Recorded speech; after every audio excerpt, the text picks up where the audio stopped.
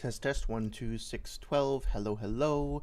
Hope you are doing well this evening. Welcome to uh what is this tonight? We're talking about a debate between Six, aka Six from Tokyo, versus Batman, aka V1 Batman V1. I think it's V1. It could be VI. Sorry if I'm getting that wrong. Recently they had a debate on Six's channel under the title Sasuke versus Neji debate, etc. Um, Somebody had left a comment or replied to one of my comments asking that I review the debate. It's a 4 hour long debate, so we're not going to get to everything, but I was there for the whole thing, and I will be happy to share my thoughts. I'm going to get started in like 10 minutes, I think, because I just my dinner is waiting for me. So what I'm probably gonna do for the first couple minutes is just like alternately mic on, mic off, mic on, mic off while I just review some of the fight here. But I did have a chance to read through some of this stuff earlier today. If you're just looking for my quick verdict, then I'm sorry because I don't have one. Funny enough, I think I'd be inclined to give the debate to six overall. Um, but I am biased because I was in the chat and I was honestly just kind of goofing off and not really listening all that closely to all the arguments the first time I listened through. So I've been listening back to it since then and kind of surprised myself in that I wound up agreeing with more of what Batman was saying than I thought I would. And I wound up finding more contentions with some of Six's claims than I thought I would. And look, I want to just give a disclaimer that I don't really know the full extent of the drama or the history between these two people. And frankly, it's not my business and it's not my interest in learning more about it per se. I know that they have history, I know that they have some beef. That's their business.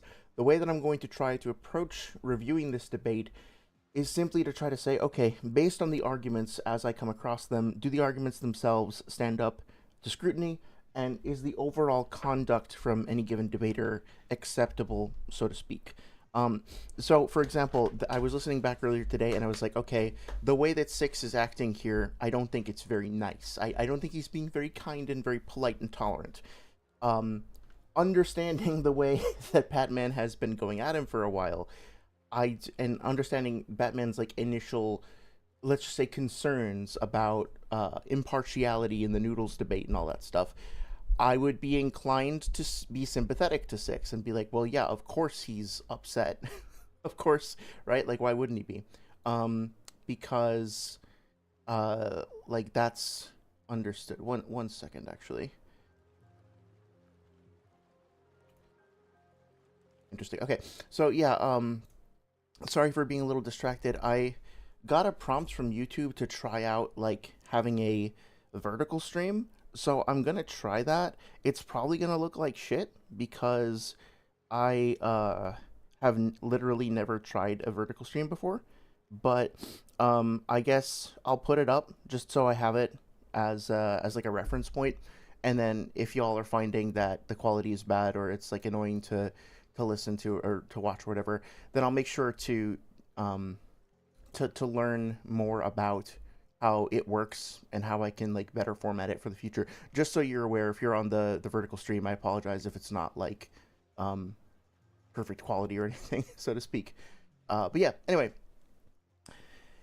uh, so that being said, like, there are times that'll probably be like, "Hey, Six, back off a little bit, man. You're being a little harsh. Be a little rude here." But I understand that if I was in his position, I probably would also not be very patient, and vice versa with Batman towards Six. So the way that I'm going to try to approach this reviewing this debate is I'm going to pretend that I am a moderator who has been brought on. I don't have any knowledge whatsoever of any of the backstory.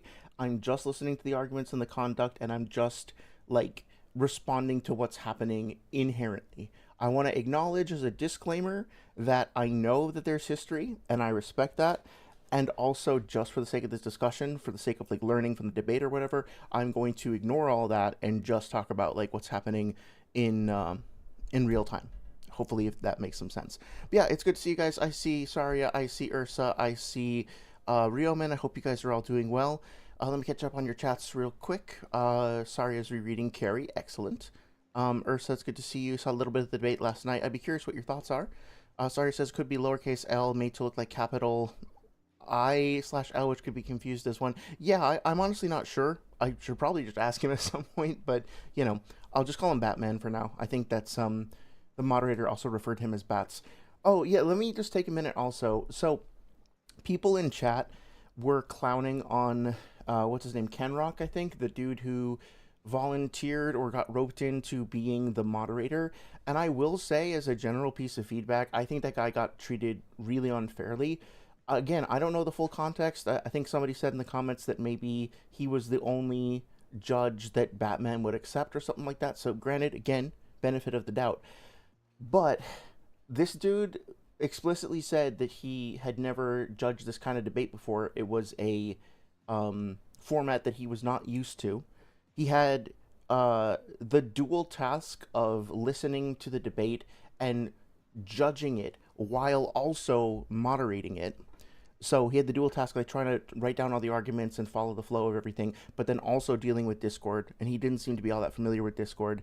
And then also at various points in the debate, the debaters like berated him, yelled at him, like basically just like harassed him a little bit, or tried to be like, hey, no, do this because it would benefit me if you did this, or do that and put him in timeout or whatever. And like, I get it, I get the frustration of it, but at the same time, I think the poor dude was just trying to do his best, and he felt a little bit like maybe he was overwhelmed, and so I wouldn't hold it against him.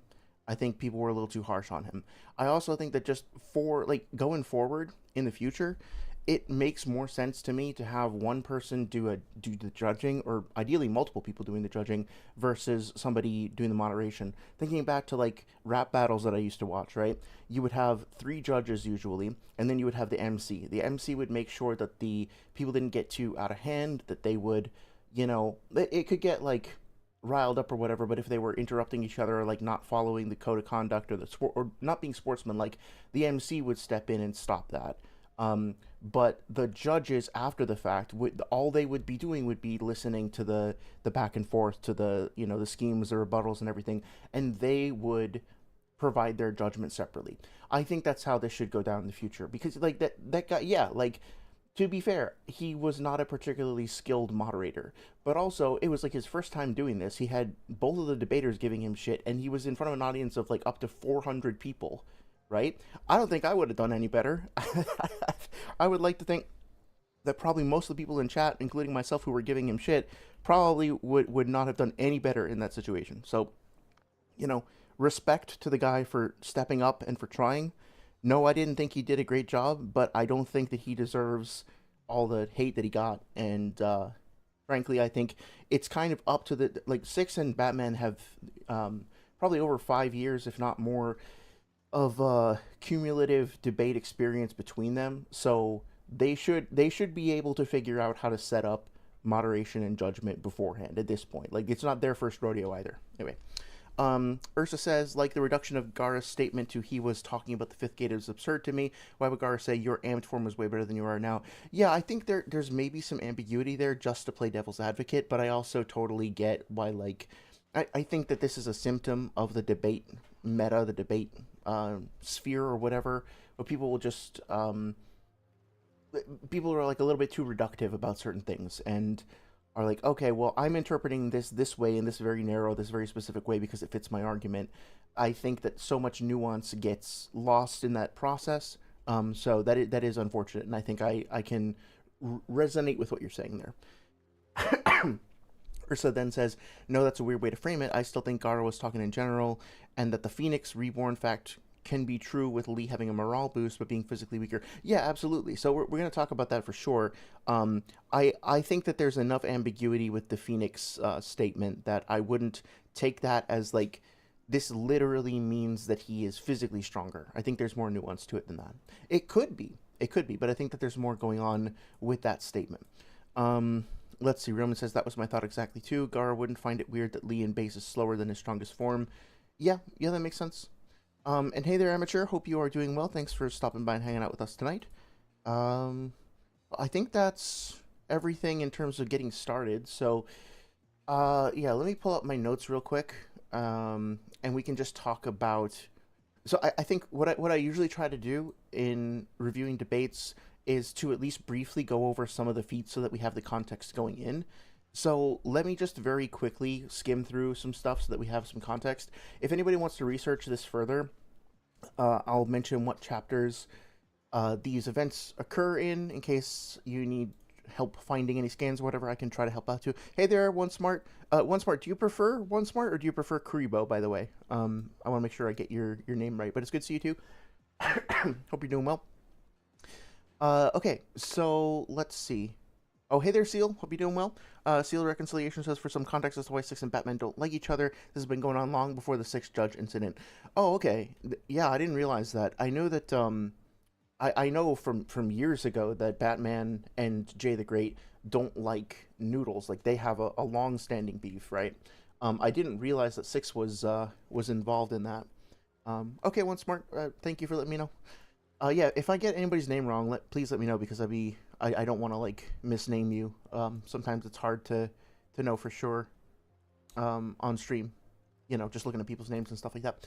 Yeah, but anyway, so let's see. The fight itself starts. Oh, sorry, I'm getting ahead of myself. Yeah, Seal of Reconciliation. Feel free to fill me in if there's more context you would like to provide. I'm definitely gonna try to separate that as best I can, but yeah, like I'm really not in favor of people in a debate like bringing up personal stuff. Like, there's stuff from Noodle's personal life that keeps getting brought up, and I'm like, okay, yeah, you guys have been saying this for years. We all get it. You're super cool for bringing up this personal thing that happened in this person's life. Move on, right? Like, I'm not a big Noodles fan. We haven't really gotten along in the past, but to say the least. But at the same time, I'm not. If I'm in a debate with him at any point, I'm not bringing that shit up. It doesn't have anything to do with the debate, right? Um, I do think both parties instigated and went at each other, so I'm not going to take sides. But at the same time, I think you know it is maybe something that should be kept separate from the debate itself. 'Cause it felt like they were almost using this debate as like a way of getting to a judgment or something on their previous squabble. Like whoever wins this debate also takes the crown about our previous beef. And it's like, I don't think that's how that works, but okay. Seal says, as far as I know, Batman, according to himself, got banned from Six's server for unfair reasons, which caused him to accuse Six of doing that to other people. Oh, okay.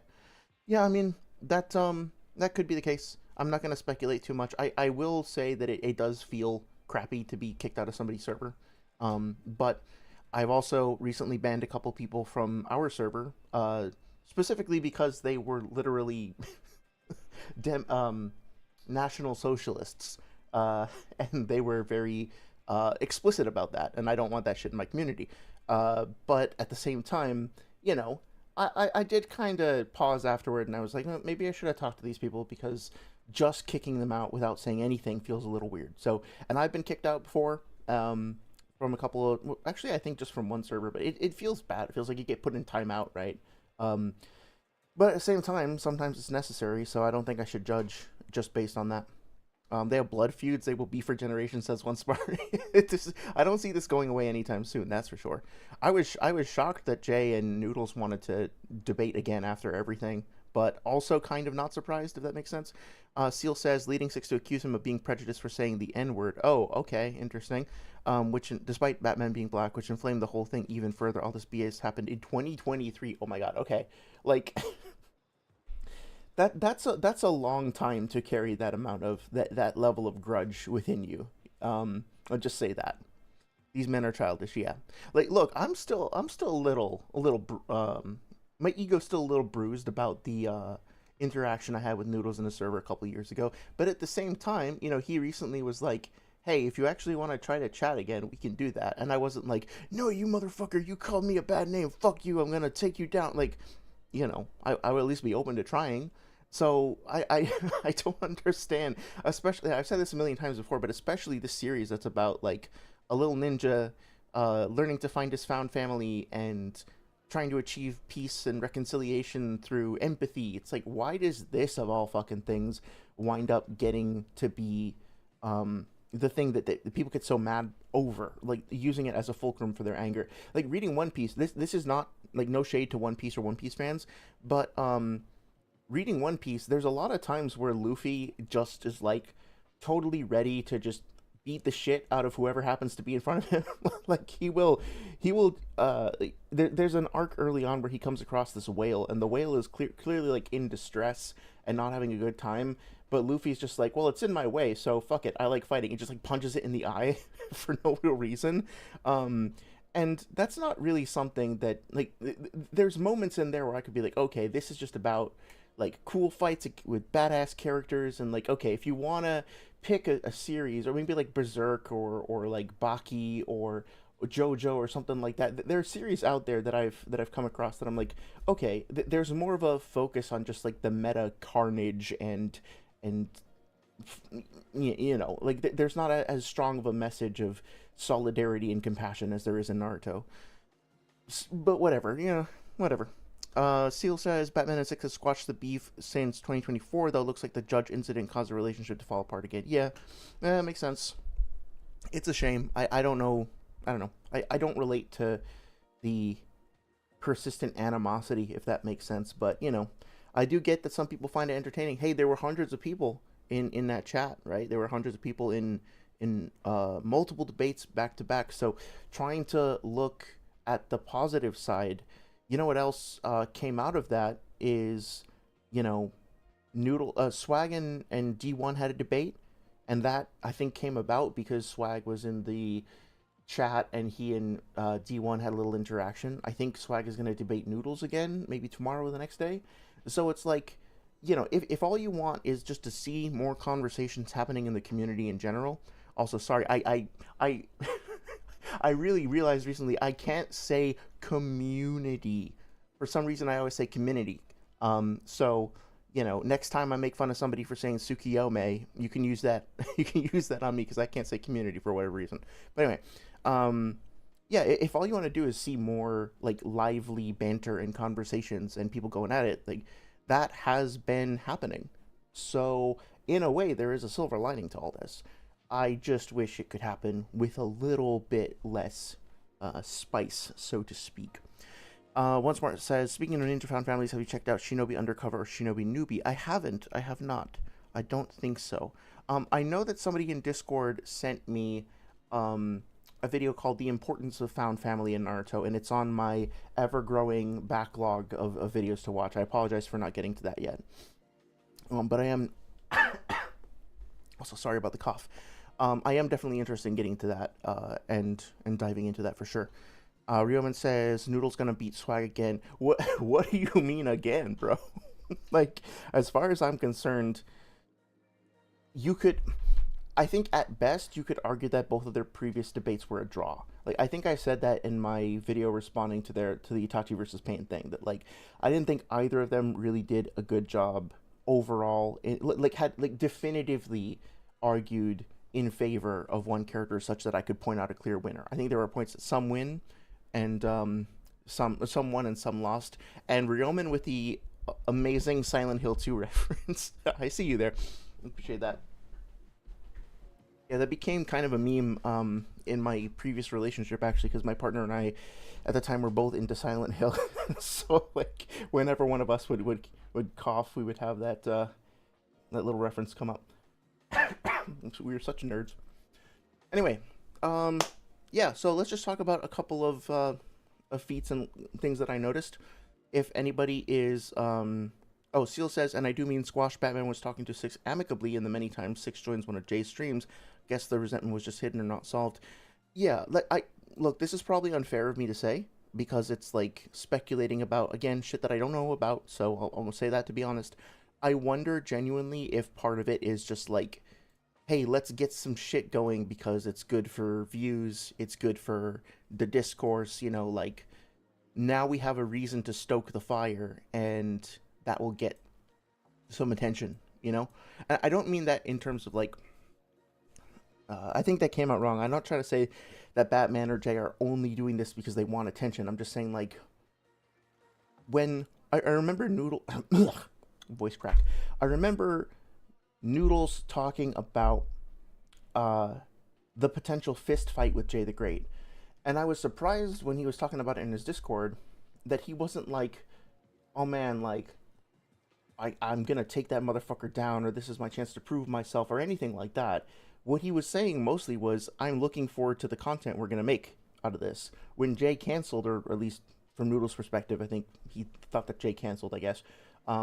What he said was, oh man, this is disappointing because I was hoping to make videos out of this. I had all this content planned, I had all these videos planned, like a countdown, training montage, stuff like that.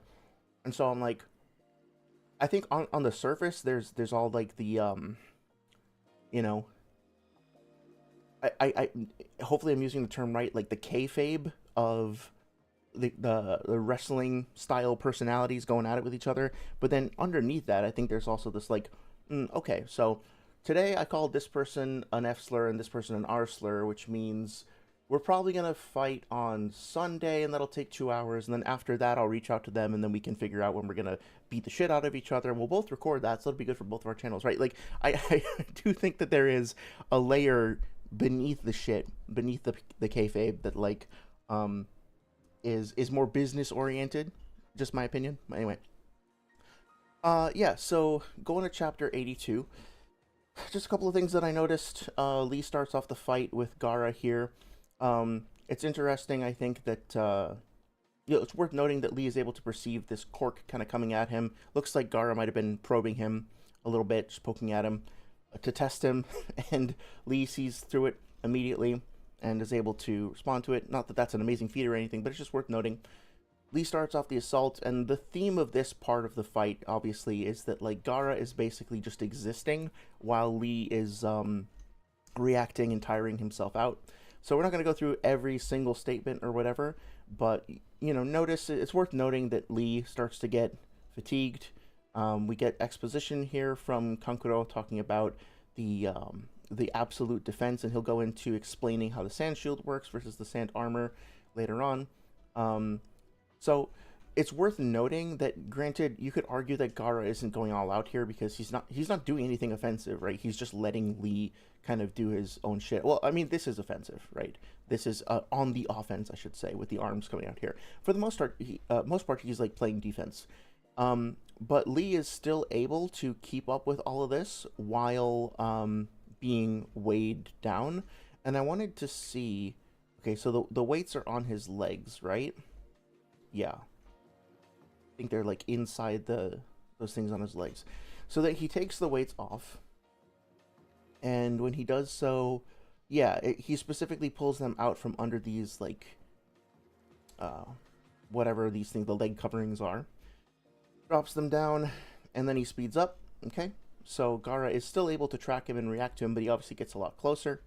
The speed increase is obviously very significant, and Lee is able to kind of, I guess, like, not exactly trick out the sand, but he's able to, you know, get the sand to go in a certain direction and then attack Gaara from a different direction. So he's also using like good tactics and diversions and stuff like that. So he's manages to be effective and get through, even though hasn't opened the gates yet. There's this statement here in terms of speed, Lee can't be surpassed, but I think, you know, we should take that with a grain of salt. But it might be something to bring up in a debate, I suppose. Gotten even faster, he's really strong. And so then Guy does say, now explode, and then Lee says, yes, sir, and he seems to be going faster. Like, we talked last year about the definition of a speed blitz, and it seems like this might be a speed blitz because Gaara doesn't seem to be able to keep up with it. Like, he's still looking at where Lee was before, while Lee attacks him from the other side. So maybe it's a diversion, maybe it's a blitz, I'm not sure, but it seems like he gets even faster once Guy tells him to like unleash. Sand barrier couldn't keep up with him because he was outspeeding the sand now. And again, he hasn't opened the gates yet, as far as I am aware. That being said, he hasn't really managed to damage Gaara all that much, if at all. I think, you know, little wound on his face, maybe. A little smudge on his face might count for something. But for the most part, it doesn't seem like Gaara is actually at a disadvantage at all. Chapter 83, here's where fucking Kankuro explains the sand armor, the sand field, ultimate defense. There's nothing Lee can do. It's got no weaknesses except, you know, and this is a good example of why it's important, I think, to take character statements under advisement. If somebody in a debate were to say, like, Naruto says that Gaara has no weaknesses, they could just quote this, right? But obviously, if you leave out this next panel that directly contradicts that, that would be disingenuous or at the very least incorrect. So I think that is a trap that I see people falling into debates sometimes. I think Ursa, that was kind of adjacent to what you were talking about before, is just the tendency to like look for individual nuggets and then harvest them, like to cherry pick them, so to speak. But sometimes that can result in like missing out on the full context there. It's not automatic the way the Sand Shield is. Okay, massive amount of chakra, but we learn a little bit about how that works. Um, Lee does acknowledge it. Then he talks about doing the Lotus. Okay, this Lotus technique will strike his foe at speed. Thin layer of sand won't stand up to it. Okay, so I think the implication here is clearly that Lee gets faster when he is going to use the Lotus, and then it's explained that he his use of the Lotus is directly correlated with using the first gate. It does hurt him though, so even though Lee wasn't injured as far as I know prior to this uh, encounter, it's still putting a great amount of strain on his body, even just accessing the first gate, if I remember correctly. So he does the Lotus. Gaara can respond to it. He swaps it out with the sand. So is Gaara's movement speed anywhere near Lee's? No, I don't think so. Like, I don't think he can move this fast by any means. His hand, which is automatic, can't even keep up with him. But his perception speed is enough that he can, like, immediately notice this tiny little moment where Lee temporarily flinches. And in that moment, Gaara sees this happening and then makes his sand clone before Lee can finish wrapping him up and stuff. So Gaara does have speed feats that are comparable to Lee, just not in terms of movement in the same way, but in terms of like reaction and jutsu casting, yeah. Um, and it just happened in a brief moment where Guy's eyes happened to be closed, right? When he was in prayer, quote unquote. Okay, so now Gaara goes on the attack. Lee struggles to keep up with this. It looks like he's going to get hit. And I think if he wanted to, Gaara probably could have killed Lee at this point.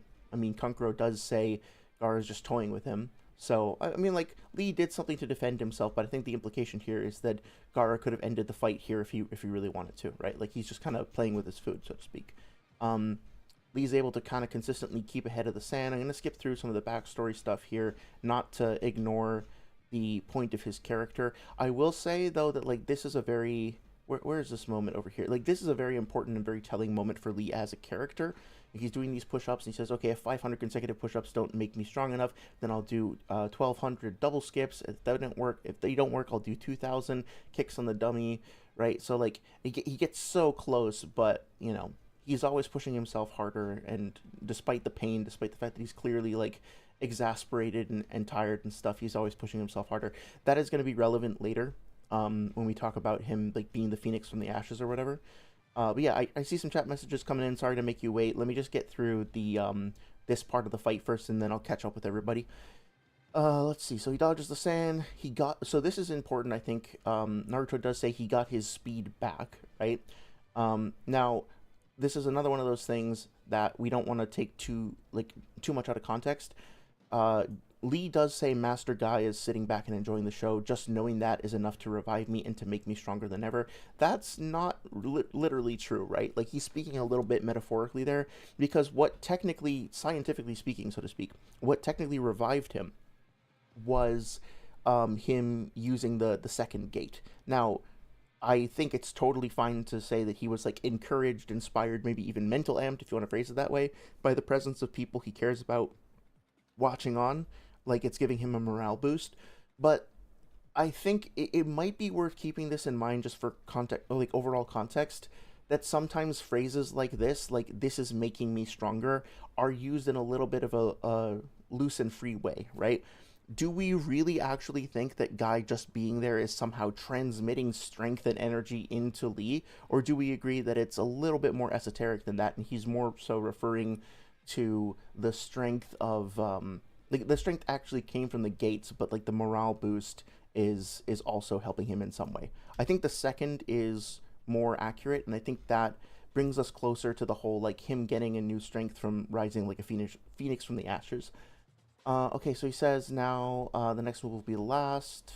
Blah blah blah. Opening the gates. The reverse lotus tops the list of moves that you shouldn't teach.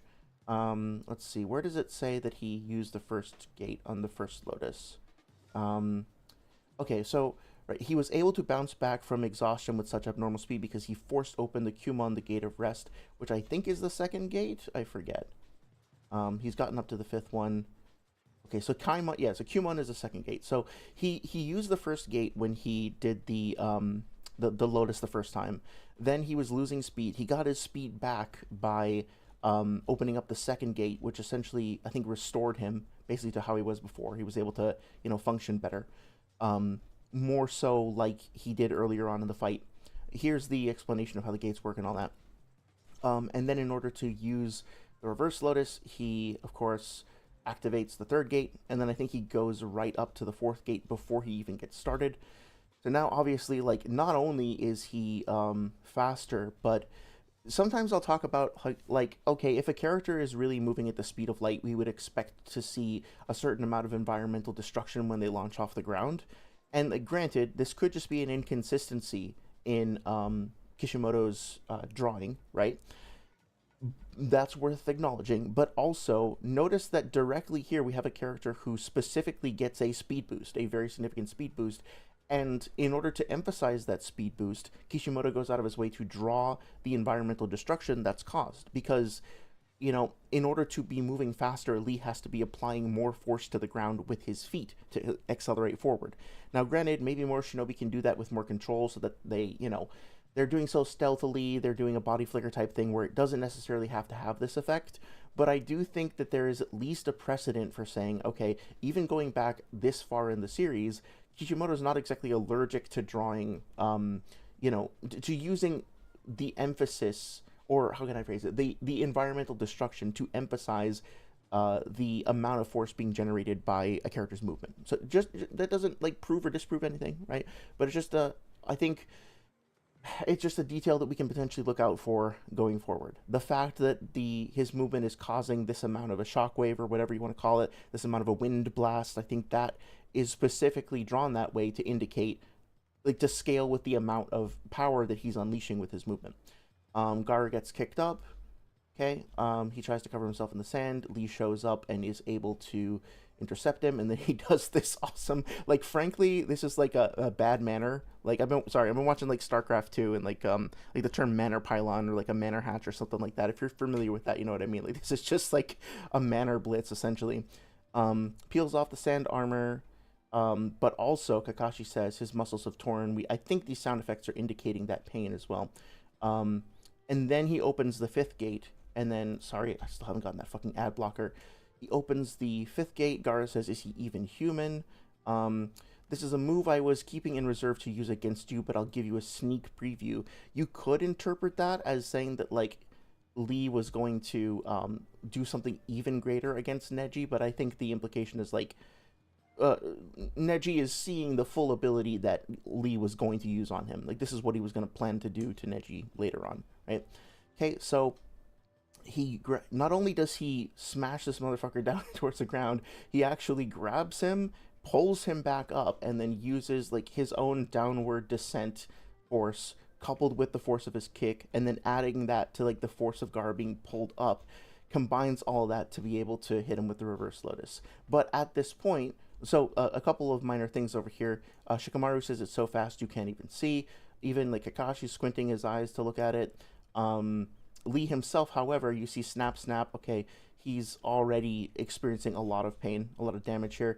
And because of that, he can't get out of the way of the sand as it's coming in. And that further compounds his injuries. Now Guy shows up, blah, blah, blah. Okay, so I think that's enough to cover for now. Let me catch up with chat, and then I want to just cover a couple of things regarding his medical condition. Then we can, like, go to the video itself. So, thank you for your patience. Ryoman says you better do something about that cop. Yeah. Seal does mean I do mean squash. Batman was talking six. Yeah, we talked about that. Batman and Jay did seem genuinely upset at Six's judgment. To be fair, though, Batman specifically clearly was angry at him for more than just that. He called him deceitful as a person. That I think is a little much. That calling him deceitful. Look, I listen, as you guys know.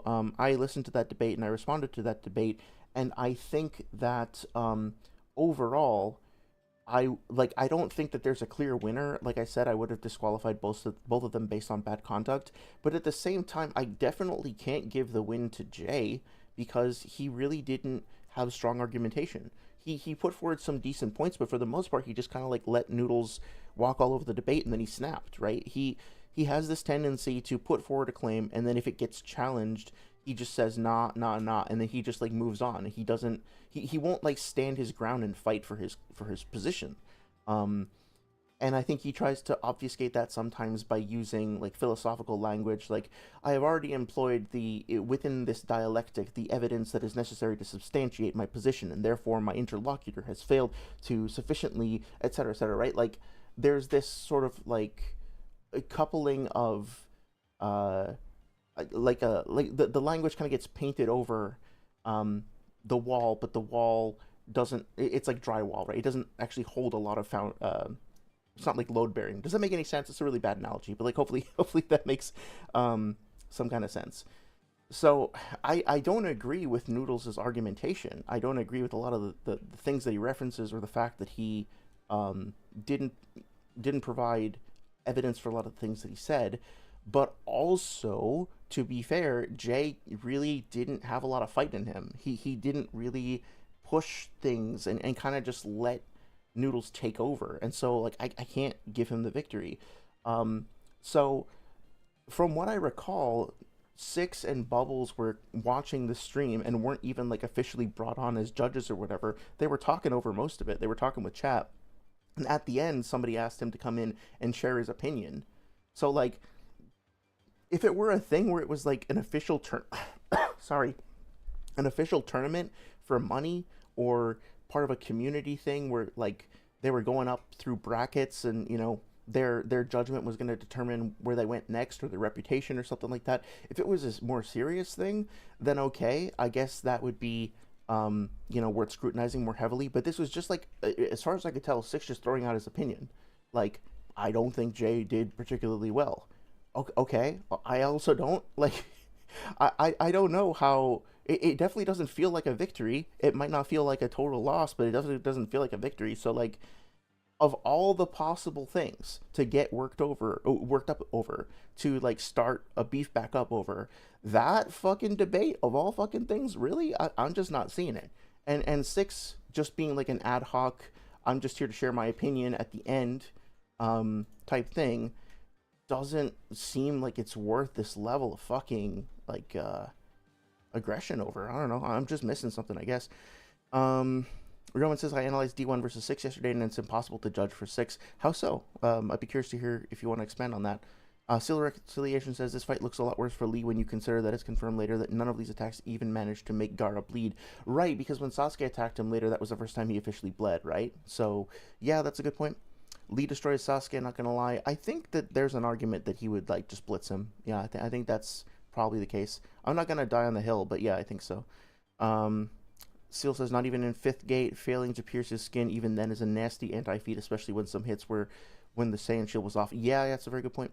To be fair, this is extremely arguable as an inconsistency and or Lee not controlling his chakra. Much faster characters than Lee in part 2 do nowhere near this much damage to the environment. Yeah, I think I found myself kind of walking back the statement a little bit because even when Gaara like does his fucking sand flicker back to the like into the arena or back up to the stands or whatever, um, he's probably moving pretty damn fast, but we don't see any environmental destruction as a result of that.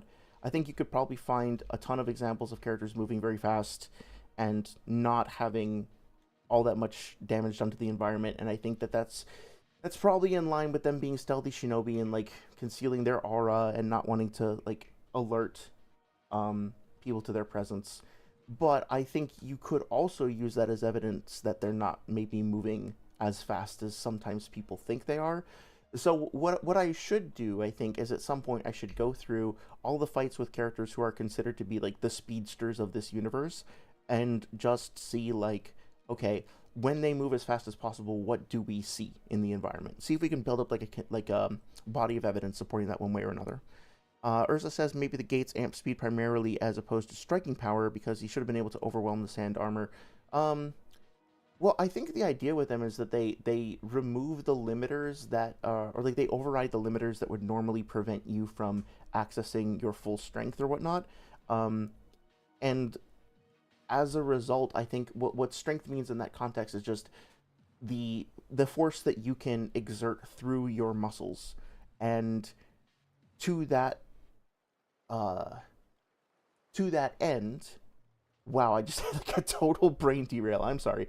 Um, to that end, I think both of what we are saying is true. Is what I'm trying to say. Like, yeah, it is amping his speed, but the way it's amping his speed is specifically in letting his legs do things that they normally wouldn't be able to do.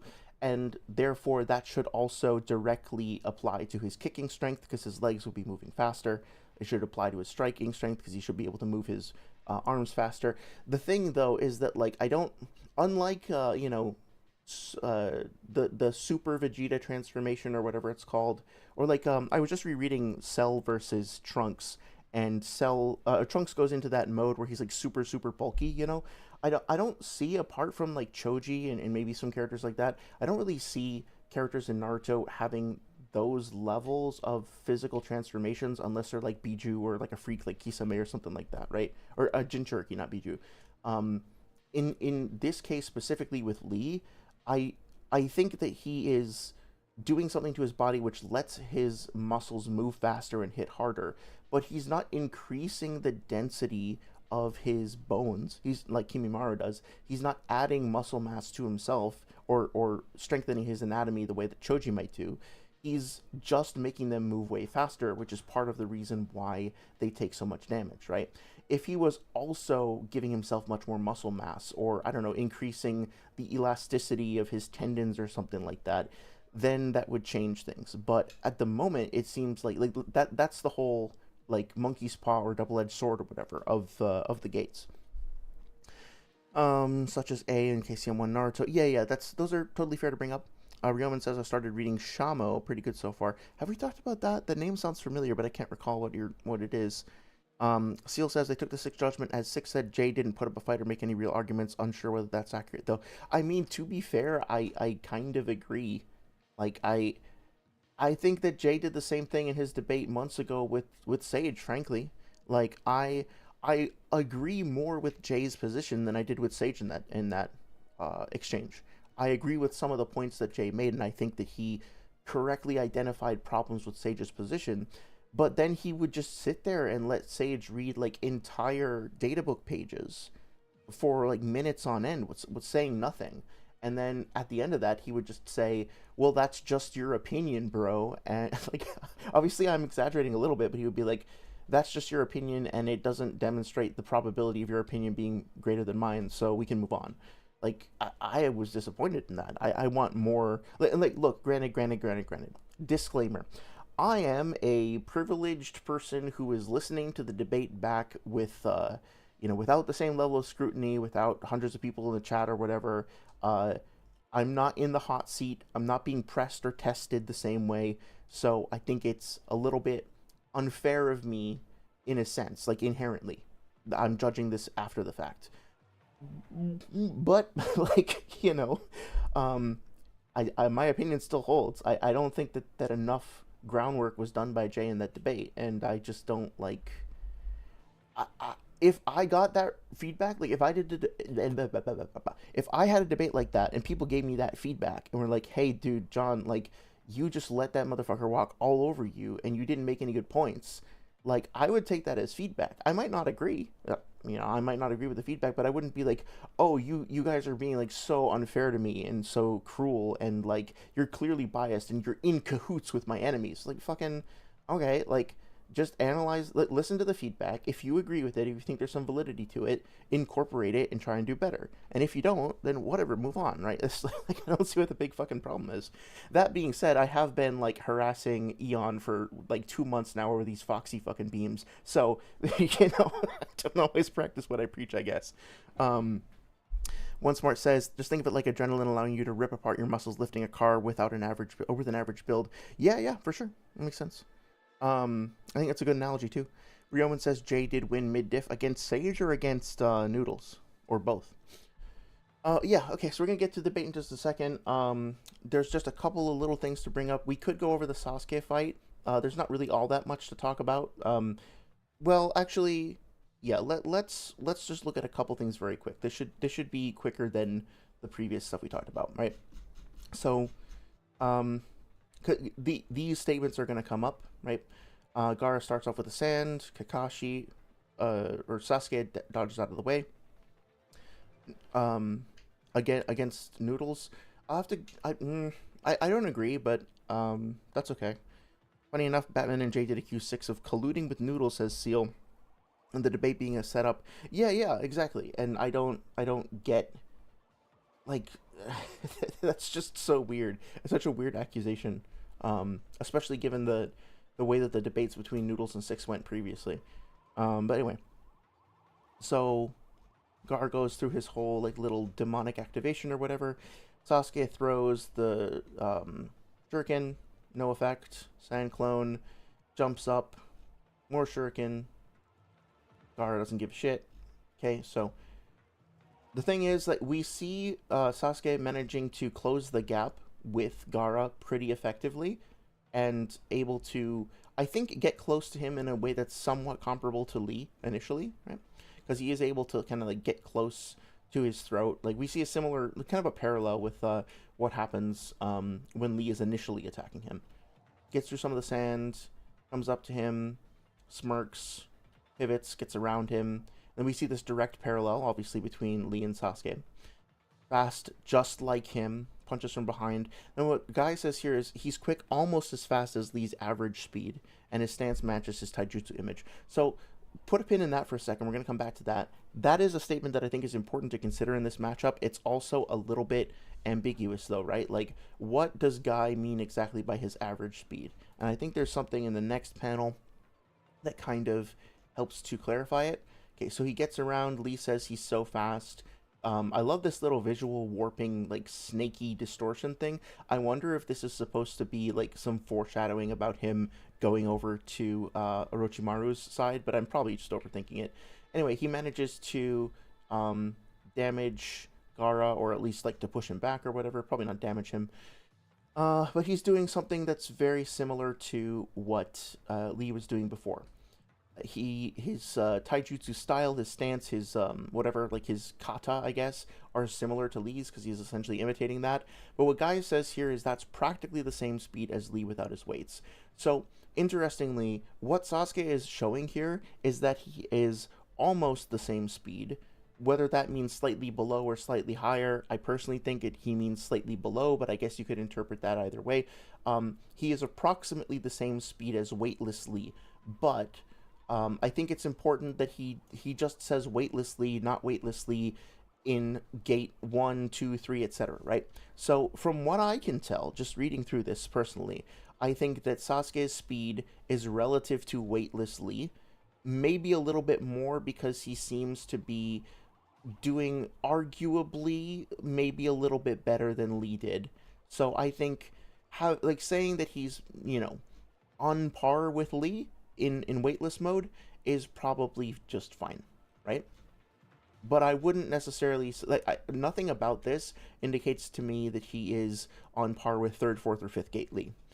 Okay, so a couple more quick things to go over. Chapter 172, I think it was. So after Lee gets damaged and is in the hospital, they go on the search for Tsunade, they bring her back, and just for some context on what Lee is actually suffering through, like what he's dealing with in terms of his illness. Granted, like, remember that they had to specifically go find Tsunade because nobody else could deal with his injuries, right? Like, they needed her to fix him up. 173, Tsunade says, I'm sorry to say this, but you're not cut out to be a shinobi. I found numerous bone fragments lodged deep inside his vital nerves. He's in no condition to perform any kind of mission as a shinobi, even if he gets surgery. So it's a lengthy process. There's a big risk involved. He'll die if she fails. Right? So this is a big deal. Now, I hope that none of you have had to go through this, but just as a personal anecdote, I broke my femur a few years ago, and granted, I'm not a supernatural shinobi in a world with like semi-magical healers and shit like that, right? I'm just a dude, not particularly in great shape, dude either, to be totally frank. But at the same time, it took me 6 months, I think, to fully recover and be able to even like jog again. And I still have pain in my leg, and it's still like I have to be careful about doing stuff like kickboxing. I tried to do that for a while, and there were some risks associated with it, right? So this motherfucker like had both his arm and leg crushed after having all of his like muscles fucked up and like overdriving his body well beyond the way that he was meant to ever use it. So like beyond human limits. So just to be clear, right? Like it's something that needs to be taken into account. Oh yeah, sorry. Yeah, it was like I think it was in September that had the injury happen, and then it was like basically a month that I couldn't walk on the leg basically at all. I was like basically like stuck in bed for a month, and then after that I was on crutches for I think 2 months, and then after that I could basically walk and I was okay, but I still had to do like a lot of physical therapy, and I couldn't really run. I would sometimes like take one crutch out with me to like help prop myself up, especially if I was out with a dog. Yeah. But I'm sure that's nothing compared to what you went through with your recovery. If you want to share, feel like sharing anything about that, um, I'm happy to be a catalyst for the reference anyway. Seal says a lot of people argue that Sasuke did significantly better than Weightless Lee because Gaara was scared enough of his taijutsu to get into the sand barrier, but not of Lee's taijutsu. As I was reading through this, it felt to me like Sasuke was doing a bit better, yeah. I think if I was going into debate bro mode, I could possibly say like, yeah, but fucking there was the whole plan going on, with the Konoha crush. There was the whole thing about fucking Gaara sort of losing his sanity with his mom or whatever with the sand, etc. So I think there's some amount of wiggle room there, but I get where you're coming from, and I think overall I agree with your perspective there. Seal says, notably, even that argument only really applies to Weightless Lee. Gaara was too busy getting combo to be able to do that against Fifth Gate Lee. Yeah, that's a good point too. Okay, so I don't think there's anything here that I needed to look for. Just checking my notes. Okay, last thing to look at is the Kimimaro stuff. This should be really quick.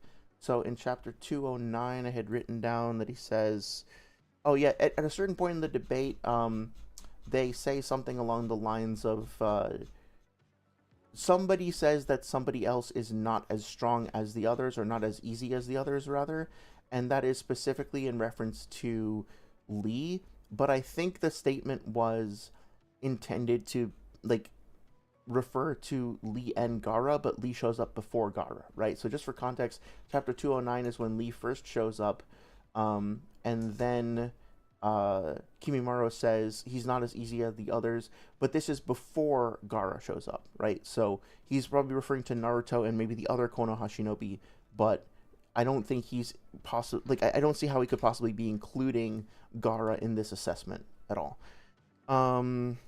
So another very important thing from Tsunade, because one of the things we're going to be evaluating is whether or not Lee was like debuffed or nerfed or whatever over the course of this fight, because that's going to be part of the scaling, right? So let's see, Sharingan, blah, blah, blah. Okay, so here we go. This is chapter 210, right? So Tsunade says, Guy, what happened to you? Did you succeed? He went on a mission, I think. He's talking about Lee. His surgery was a success. If he's limited to jutsu training, he can start as early as tomorrow, but it wouldn't hurt to take it easy for a while. So what she's saying is like, okay, he just got out of surgery, right? It was successful. However, he can start doing things tomorrow, but specifically only if you let him do training. And also, if you let him train, it has to be like relatively low key. So I think it's very clear that what she's saying here is that Lee's body has not fully recovered yet, which, like, yeah, again, I hope this is not the case for anybody. in chat right now, but if you've gone through surgery, even if the surgery goes perfectly and smoothly and there's no complications, you don't just get up and walk it off the next day, in all likelihood. Certainly not if it's a surgery of this level, of this magnitude. I don't know. I have a friend of a friend who got a vasectomy recently, and that is a very minor surgery, all things considered. I think he like you can, I forget if he did this or not, but like you can stay awake for the surgery, and basically they just use local anesthetic and they just like snip snip. It's pretty quick. Um, but that being said, he had to like take it easy for a couple weeks. Granted, those are normal. We're normal humans. These are superhuman, but still, like the magnitude and extent of his injuries are extreme, right? Um, so anyway, it looks like he slipped away the night before. So also keep in mind that it looks like Lee just kind of shows up, but no, it seems like he has been traveling overnight as well. So it might contribute to his overall performance. Also, forgive the horrible translation from Viz over here, or the censorship, I should say. So he was so much in a hurry that he just grabbed Tsunade's bottle of sake instead of his own medicine, which great job just leaving that there, Suna. But whatever. Um, so yeah, I think that's basically it. Let me just double check my notes. Yeah, so 212 is the next thing. Lee just says he can't go too crazy, I think, where he says that. So throughout the entirety of this fight, he uses in 211 is when he uses Drunken Fist, I believe. Right? Yeah. So he winds up fighting a little bit, and then he says, "Sorry, I have to take my medicine." He then says his medicine, and yeah, exactly. He uses the potion punch, right?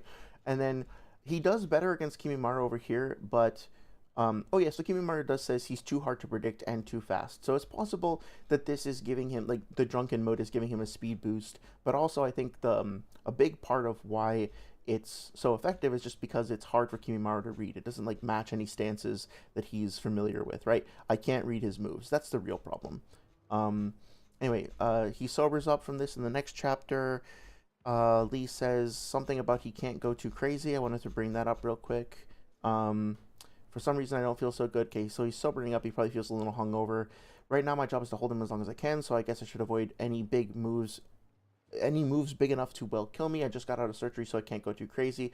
But maybe I can open one of the 8 inner gates if it's just the first one, just the gate of opening. Okay, so like, I think it might be reasonable to say that Lee is stronger in this fight in base than he was when he was in base versus Gaara. Like, if Lee had no debuffs, if Lee had no other mitigating factors, if he was at full and rested and had no wounds, if you took Lee here in that neutral base normal state and had him fight his previous self in a neutral base normal state, that this one would be a little bit stronger. That being said, everything that we see here is occurring to a Lee who is debuffed. This version of Lee, even if he has a strength that he didn't have previously, is still a Lee that is under extraordinary circumstances is one way to put it. He's not at full. So that needs to be taken into account when evaluating his feats over here, I think. Yeah, so I think the last thing he says, can't go too crazy. There's one quote in 215 that I found, and then one in 216. Let's look at those real quick. So Gaara shows up. He says, "I'll handle this. No, please back me up instead." He immediately trips him. He falls over. Gaara says, "You're in no shape to fight." Right? Keeping in mind, Lee has, I think, only opened the first gate at this point, if that, right? And he's already in worse shape. Well, I don't know what worse shape, but he's already, like, Gaara's considering him not capable of fighting. I mean, like, look at this too, right? Lee pulls away from the sand, and it looks like just pulling on the sand causes him pain, right? So like, he really is genuinely in no place to fight. And then in 216, what did I say? My body's still, I'll only get in the way. Let's see. Okay, yeah, so Lee tries to get back in, doesn't really accomplish anything. Gaara has to save him from getting hit. And then he says, "Erg, my body's still ... I'll only get in the way."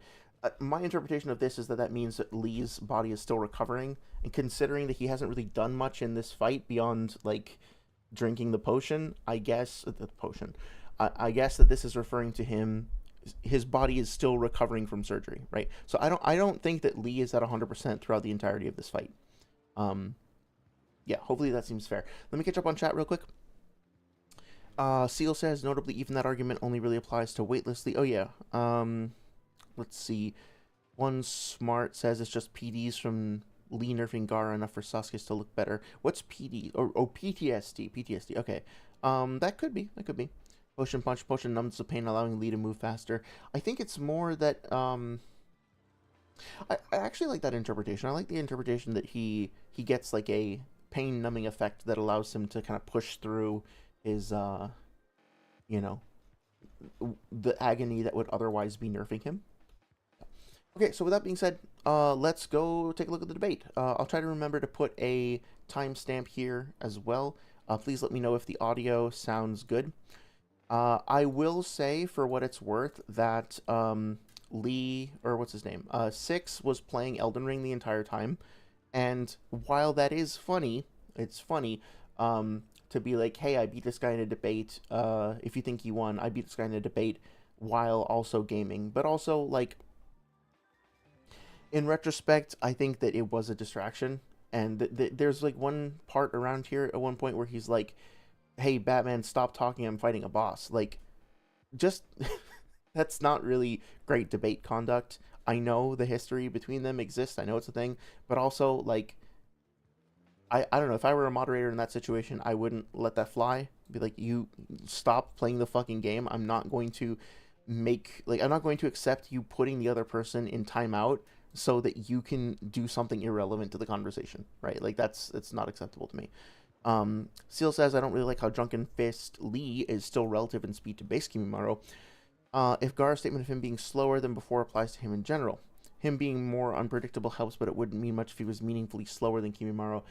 Yeah, but I think he is identifiably slower than him, at least in base, right? Well, hang on. No, I don't think I stand by that. I think there are moments where Kimimaro can respond to him, but there are also, yeah, I mean, like, they feel relative to me, right? They can both do things that pressure the other one, but also, like, Kimimaro is somewhat defensive in this fight as well. Like, he's kind of letting Lee come towards him and then responding with stuff like this as opposed to chasing after him. Although he does do this. But again, like, Lee is already on the attack, and it looks like he's actively punching Kimimaro when he does this. So it's more like, I don't know, I'm thinking of a game like League of Legends, if you know what I'm talking about, like playing Rammus or whatever. You wait for your opponent to start to attack you, and then you turn on your spike shield. It's not like Rammus really outsped his opponent, right? It's more like he just waited for him to show up and then activated his defensive mode. Yeah. Let's see, what does he manage to do before this? Okay, so he's dashing towards him. Kimimaro dodges out of the way. Kimimaro blocks this. He's able to read and react to everything he's doing. So it's kind of ironic that he says, like, he's too hard to predict and too fast, but he is kind of reacting to it. I guess he didn't hear, right? I guess, like, with this crazy headbutt twirl thing, then yeah, he didn't react to that adequately. But he responds to this. He doesn't manage to land the Camellia Dance, which, okay, that's a speed feat for Lee for sure. Also this. So, yeah, Lee is outspeeding him in terms of avoiding his attacks, but Kimimaro is, despite being at a disadvantage, not being able to read the stance or whatever, is still able to respond to a lot of what Lee is doing, even though Kimi's in base, right? So, yeah, I think Lee does eventually get the best of him. So it would be a combination of the speed and the taijutsu style. I think that's fair to say. But to be fair, also, I think, well, I was gonna say that Kimimaro was being defensive the whole time, but that's not necessarily the case, right? He's, like, literally on the offensive here. Lee is able to respond to that, deflect the attack, and then, like, so you could Nuggets Knuckles, the blow. Fuck. Great. Now I'm gonna have that song stuck in my head all fucking night. Thank you. Thank you. Sorry. The magical emerald holder giving you the cold shoulder. His spike goes right through boulders. That's why he stays a loner. I had that whole shit memorized as a kid. It's all coming back to me. Yeah. I always thought he was saying, unlike Sonic, I don't chuck him. Like, but I could never figure that out. And that line is also weird, too, because he does chuckle. Like, that in every little cutscene in like, Sonic 3 and Knuckles, like, he stands there and he fucking taunts his opponent. So, it's such a weird, such a weird line. But yeah. Um, Unknown from ME, right? That was the guy who did that song. Let's see. Seal of Reconciliation says him being more unpredictable helps, but it wouldn't mean much if he's meaningfully slower than Kiyomaru. Yeah, for sure, for sure. Like, um, I feel the same way about like Naruto's unpredictability, right? Yes, he's unpredictable. That gives him an advantage, but that alone isn't going to help him win against somebody who's like much faster and much stronger.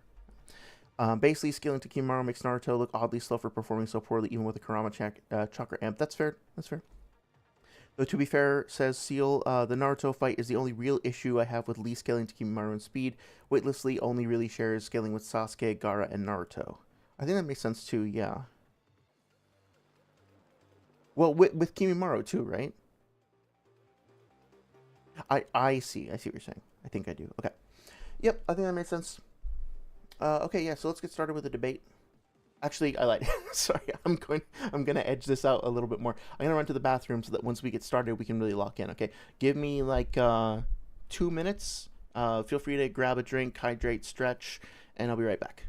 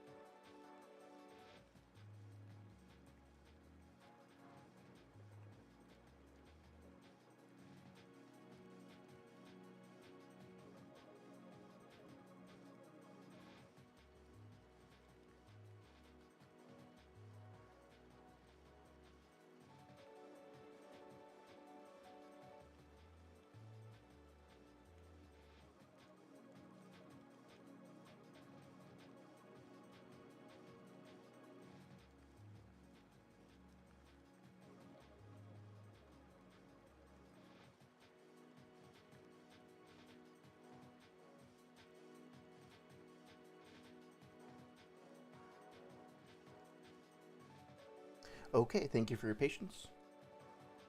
About ready to start up again. Seal Reconciliation says, high key, at least Six is funny when he's being a dick to people. Telling someone he's debating to shut up so he can focus on the boss of the game he's playing is a good joke. That's fair too. And like, I think it got too personal at times, but I admit, like, I laughed quite a bit at the whole like, hey, that's cool. Where's your kid right now? like, yeah. It was funny. It was definitely funny. And like, to be fair, Six for the most part was like throwing out jabs. Batman was the one who was like really going at it with the whole SeaWorld Twinkies thing, like whatever the fuck he was talking about, comparing Six to a Teletubby of all fucking things. I don't even know what he was talking about there, but anyway. Saria says, to be fair, partners in crime said Raphael was the leader of the TMNT in the 1990 film, and they had to rewrite that for the new version, because Leonardo is obviously the leader. Yeah, I don't know if you watch Game Grumps at all, but they had a whole segment on that, right, where they were trying to figure it out. What is it, like Raphael? He's the leader of the crew, transformed from the norm by the nuclear goo, something like that.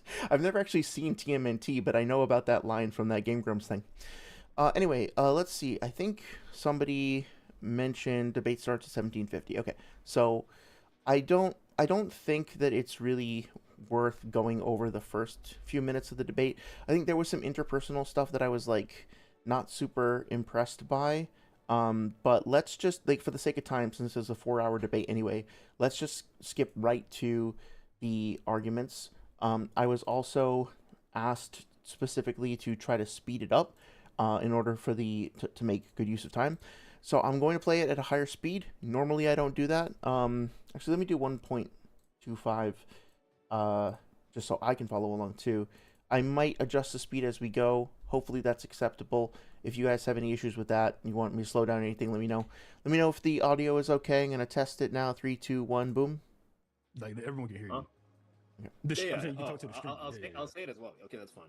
So the rules that we have is just to make this as simple as possible. This way, the debate is not any more longer than it needs to be. I just want it to be very short and concise as much as possible. That didn't happen.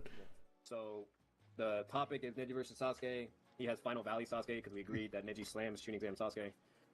Okay, that's something that didn't sink in. Like, Final Valley Sasuke, meaning Sasuke with CS2. I think Swag mentioned this in the debate as well. Like, I don't know how the fuck Neji is dealing with, like, CS2.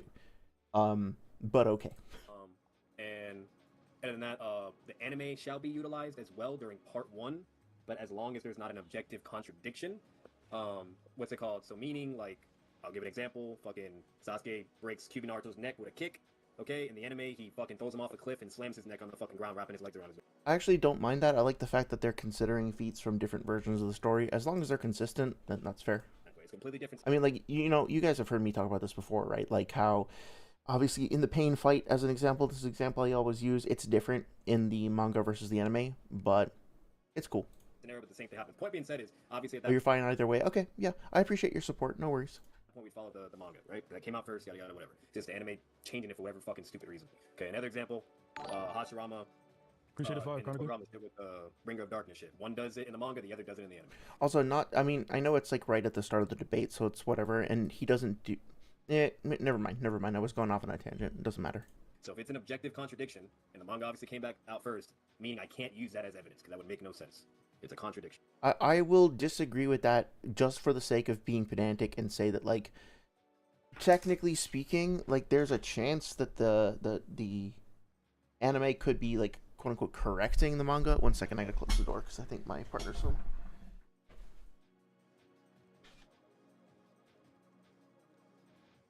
So, yeah, technically speaking, and I think Sage has used this argument about the Boruto series as well. It's possible that, like, they decided that they wanted to change something for the anime, and it retcons the manga.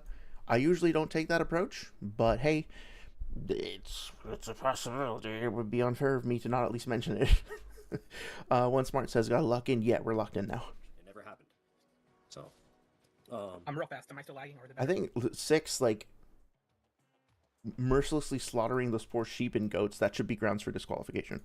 You're better. What were you saying earlier? I was just asking if you were friends with Clothespins, because if you are, I can think of at least one time your boy is, I guess you didn't judge that, never mind. Oh, yeah, so I will, just to recap what kind of happens over here, I think, basically, Batman makes the argument that 6...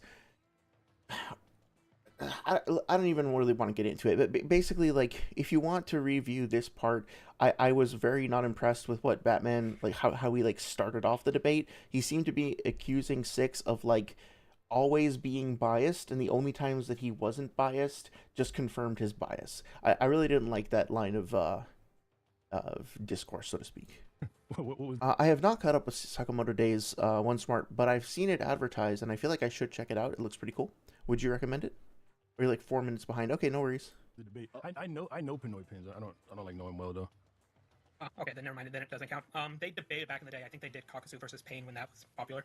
Yeah, basically, Batman is accusing Six of being like, anytime you've evaluated a debate with somebody who's like a friend of yours, you always give the victory to the person who's your friend, and that's essentially what's being accused here. What he's being accused of. Yes. I didn't know he like read Naruto at all. They did it like for like a month or two. Sorry to interrupt you guys. No, you're good. But anyways, to backtrack to the anime shit. So that's the thing with the anime. So meaning, if I'm using any other anime thing with the character, as long as, you know, obviously it's consistent or whatever, then cool. It should be it'll basically boil down to argumentation, right? This way it's fair game. So yeah, so meaning the anime will be used if needed. You know, like let's give an example, like fucking Naruto does a Rising Shuriken. This way Six can't claim, oh, there's no fucking noise or it's not loud, right? I don't want to deal with that. I will say, just because, you know, I'm a stickler for pronunciation, I've been in Jay's streams with Batman before, and I've literally donated money just to make sure that I got through, so that they heard me telling them, like, hey, please, just so you know, there's no such thing as the Rising Shuriken. Okay, it's the Rasen Shuriken. I don't know what the fuck he's talking about, but, you know, so some might call me a bit of a stickler for pronunciation, so. That shit, I don't want to get into all that. That's just a whole waste of fucking time. The anime at least gives sound, it gives more visual insight, what's going on, etc. Details are important this way. It's harder for someone to be a sophist, and I don't have to deal with that shit. But anyways, that was the whole point of the anime being utilized just in case. Where Troy sexy ass? Where Troy sexy ass? Other than that, unless Six has something, then he can bring something up, but simple as that. Does he have any conditions he wants to apply for the fight? Yeah, Neji can't hit Sasuke now, joking. Oh shit. Okay. But and that's You're good to go whenever. You should give Kenrock mod just so you can mute either one of them. Yeah, skip ahead just a little bit. with the manga. Yeah, let's Why not just in the keep it anime, as is. or are we? We don't have to. It's cool. Okay, so we're using what came out in Viz. the manga. Yeah. Okay, Viz. Cool. I'll make That's sure fine. that's Yeah. I don't need that fucking surprise kid. And again, the only reason why this is being brought up, guys, is to simplify the debate. I'm not trying to make it complex or go off to other areas that it doesn't need to go to. All right. I still haven't heard anything from D1, so we can go it off. I'm gonna type it of my Yeah, let's keep Is going. there any special rules I should know about, like? and Arkham City debate scans. That's what all. Scans. What we're about to argue over. All right, so I have it on the screen, but basically what I have for him is Rock Lee with basically third getting up is greater than Neji. At least that's what's stated and confirmed by Guy. Okay, so I want to also write this down because I want to make sure that I get it. So, Rock Lee is greater than Neji. In the tuning exams, and then basically that Neji greater than base Bone Man Kimamaru. Okay. That Neji is greater than Kimimaro. 1 second. Rock Lee over Neji over base Kimi. I don't even think that, like, well, he said like Rock Lee in the third gate, right? Tuning exams. Rock Lee with basically third getting up is greater than Neji. At least that's what's stated and confirmed by Guy in the tuning exams. And then basically that Neji greater than base Bone Man Kimamaru is what we're talking about, which is greater. See, I'm gonna have to like listen for this later. When I was listening to this back before, I couldn't figure out what the connection between Neji and base Bone Man, as he's calling it, like base Kimimaro was. So, I think I might just be having a brain fart. If you guys could let me know what is he saying about the connection between Neji and base Kimimaro? I'm like missing that, I think. Then QB Amp Naruto, arguably with the men's Sorry. than base Bone Man Kimamaru is what we're talking about, which is greater than QB Amp Naruto. Okay, so that's base Kimi is over QB Amp Naruto, who is over Sasuke, I think? Arguably with the mental amp due to the context. Greater than Sasuke, greater than base Naruto. Greater than Sasuke, but like which form of Sasuke? I'm guessing he just means base Sasuke, and then that's over base Naruto. Funny enough, you could argue that base Naruto is quote unquote over Neji by a certain definition, and therefore basically you just wind up with this weird scaling like Ouroboros, where Neji is over base Kimi is over QBM Naruto, over Sasuke, over base Naruto, over Neji. So it's like, it's kind of funny, but anyway. And then when Khan is Neji will speed blitz Sasuke and kill him with gentle fist. Why is Rock? So that being said, I also don't understand why Sasuke is Neji is speed blitzing Sasuke, right? Like, even if all of those things are true, which I think each of those points of the chain are potentially debatable. I don't think that that necessarily means that there's a speed blitz involved here, and I think that what's his name, Batman is gonna still need to demonstrate AP, obviously, right? Even if Neji can speed blitz Sasuke in terms of like closing the gap between them, he needs to demonstrate that his jutsu are going to be effective. Granted, I think they probably would be in terms of like using the gentle fist or whatever to close off the Tenketsu, but it would also be worth considering that like, okay, Naruto can quote unquote get his chakra back or can get back in the fight by relying on Kurama's chakra. So we're talking about Final Valley Sasuke, right? So he can go into CS1 and CS2. Is there an argument that he, even if his chakra points are suppressed so that he can't use his normal chakra, could he benefit from something similar to what Naruto does? I don't know. I don't really know for sure how the Chris Mark works, but I think that's something they could talk about maybe. You know what I mean? You do recommend Sakamoto Days? Okay, yeah, I'll have to check it out. My partner and I are working through Freerun at the moment, but once we're done with that, I think could use a new thing to jump into. I did try One Piece, the live action version, and I was just not. I wasn't feeling it. But that's neither here nor there, I suppose. Ursa says Neji should be relative to Weightlessly, who is relative to Kimimaro, I guess. Okay, so let me see.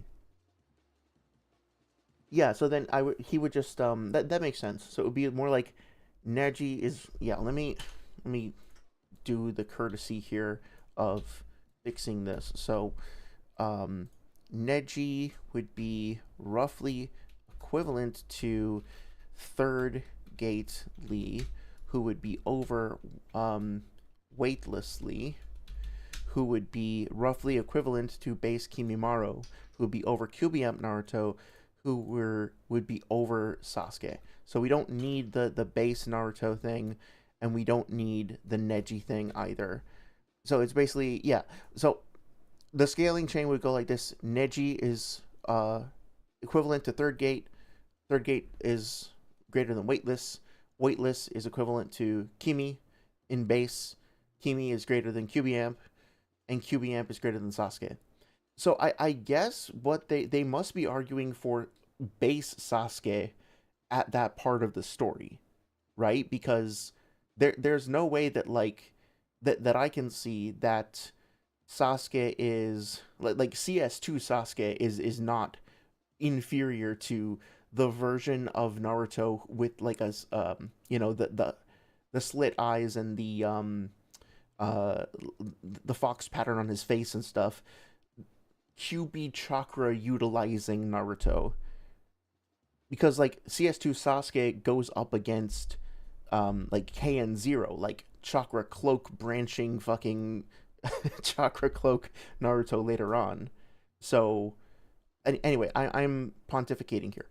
Neji beats Weightless Lee. Lee kept up with Kimimaro. I see. Okay, I think I'm getting it now. Rock Lee in here, right? Rock Lee's here Lee's at because the there's like, he's in the beginning because I think there is direct correlation between the two. If you're analyzing the retrieval arc, Rock Lee is introduced during that time and has a showdown. Oh, is that why you're saying Neji over Kimimaro? Yes. At least base Kimimaro, not Curse Mark, like CM1 or CM2, all that, at least base. What about Neji being slower than third gate? Neji makes him stronger or faster than Kimimaro. Is this speed scaling? What is this, by the way? Like, speed scaling overall, what is it? Yes, with speed. Okay, so it's good to clarify what they're talking about specifically with regards to either speed or strength or whatever. Hey there, Dollar Boy. How's it going? Thanks for joining us this evening. Dollar Boy asks, where do you scale BM Naruto? Sorry, I might be missing a reference there. What do you mean when you're referring to BM? Are you talking about like Final Valley or Biju mode, like QB? Sorry, like KCM mode Naruto? I am a bit of a contrarian apparently, where I don't think that Naruto characters get nearly as high as the community meta. So, for example, I don't think that any Naruto character gets to planetary, except maybe Kaguya, depending on how you interpret some of her statements. And therefore, maybe you can argue that Naruto, if you're talking about like Biju mode Naruto, like Kurama mode or whatever, that he can potentially also get around there. But that would just be based on AP feats, not DC feats. Oh, Baryon mode Naruto, or Baryon. how am I supposed to say that? Sorry, is it Baryon or Baryon? How would you say that?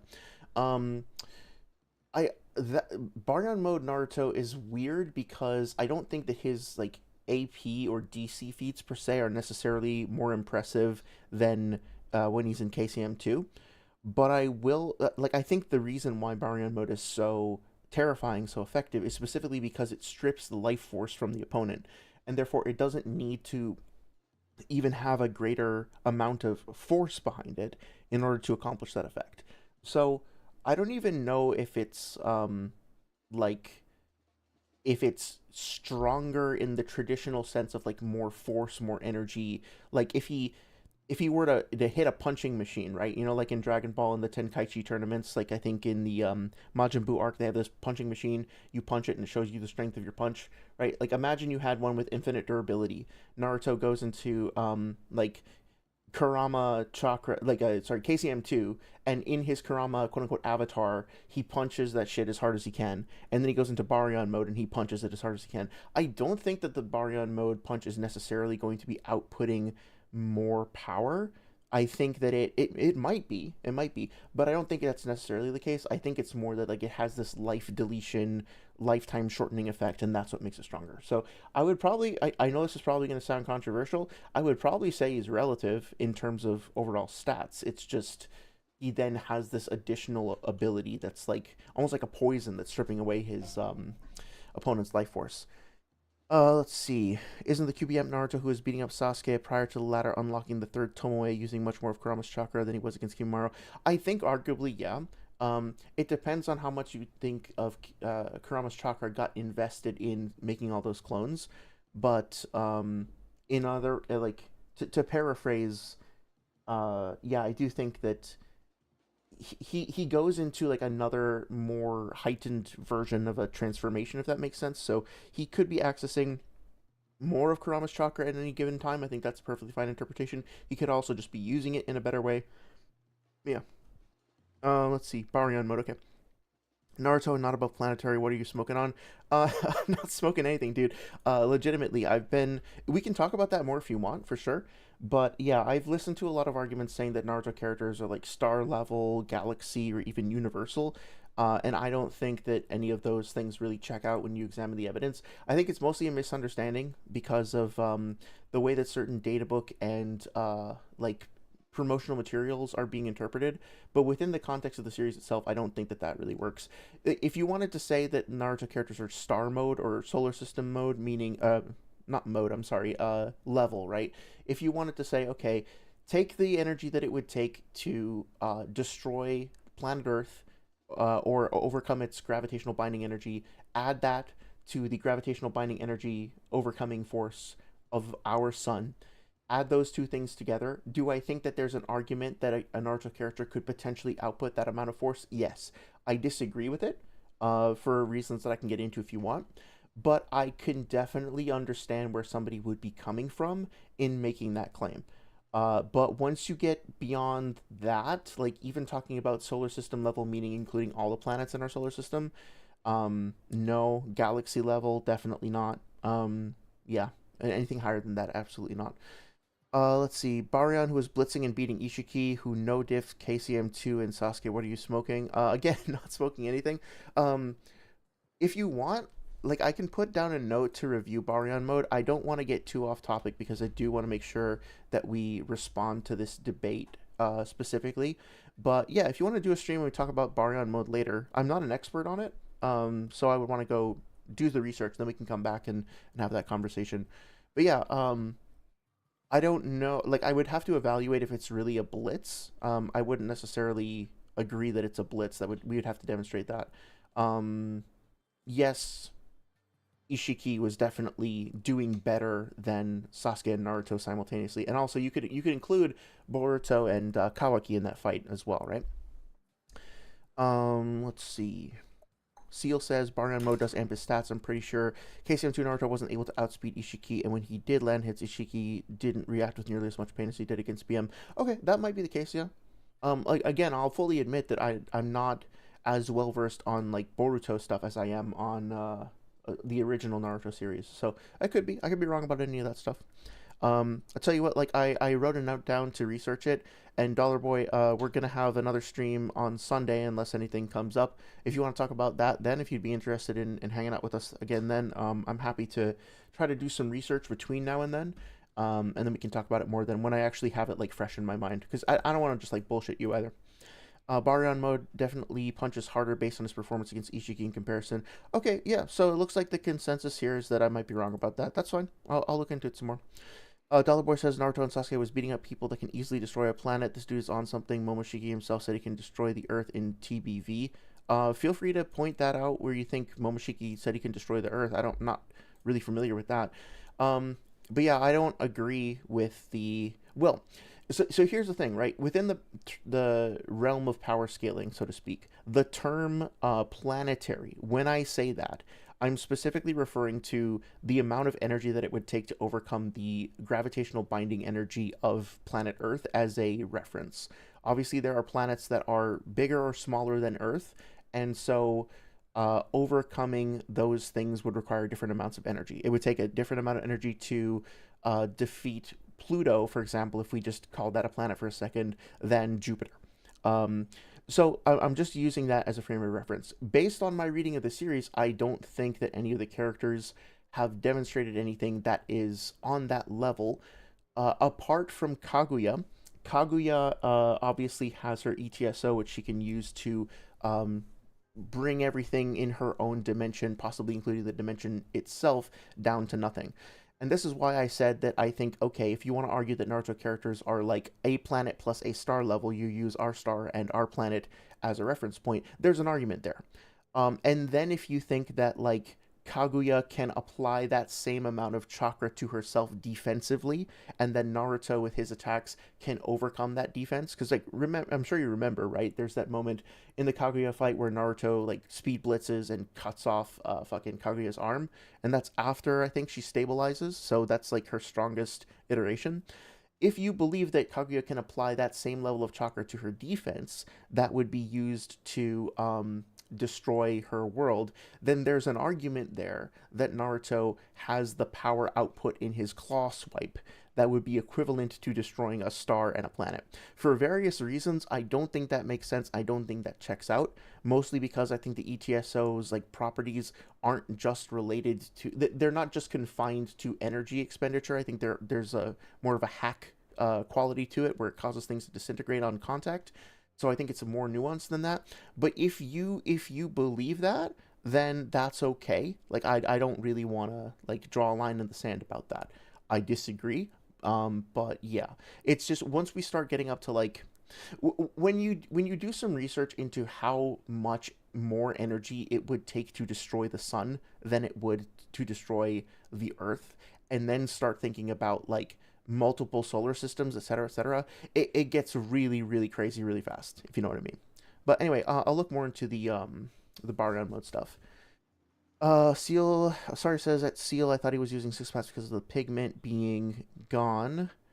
I'm still, like, I've heard people say this, but I'm still not entirely sure to what extent Naruto can tap into his six paths powers in Boruto.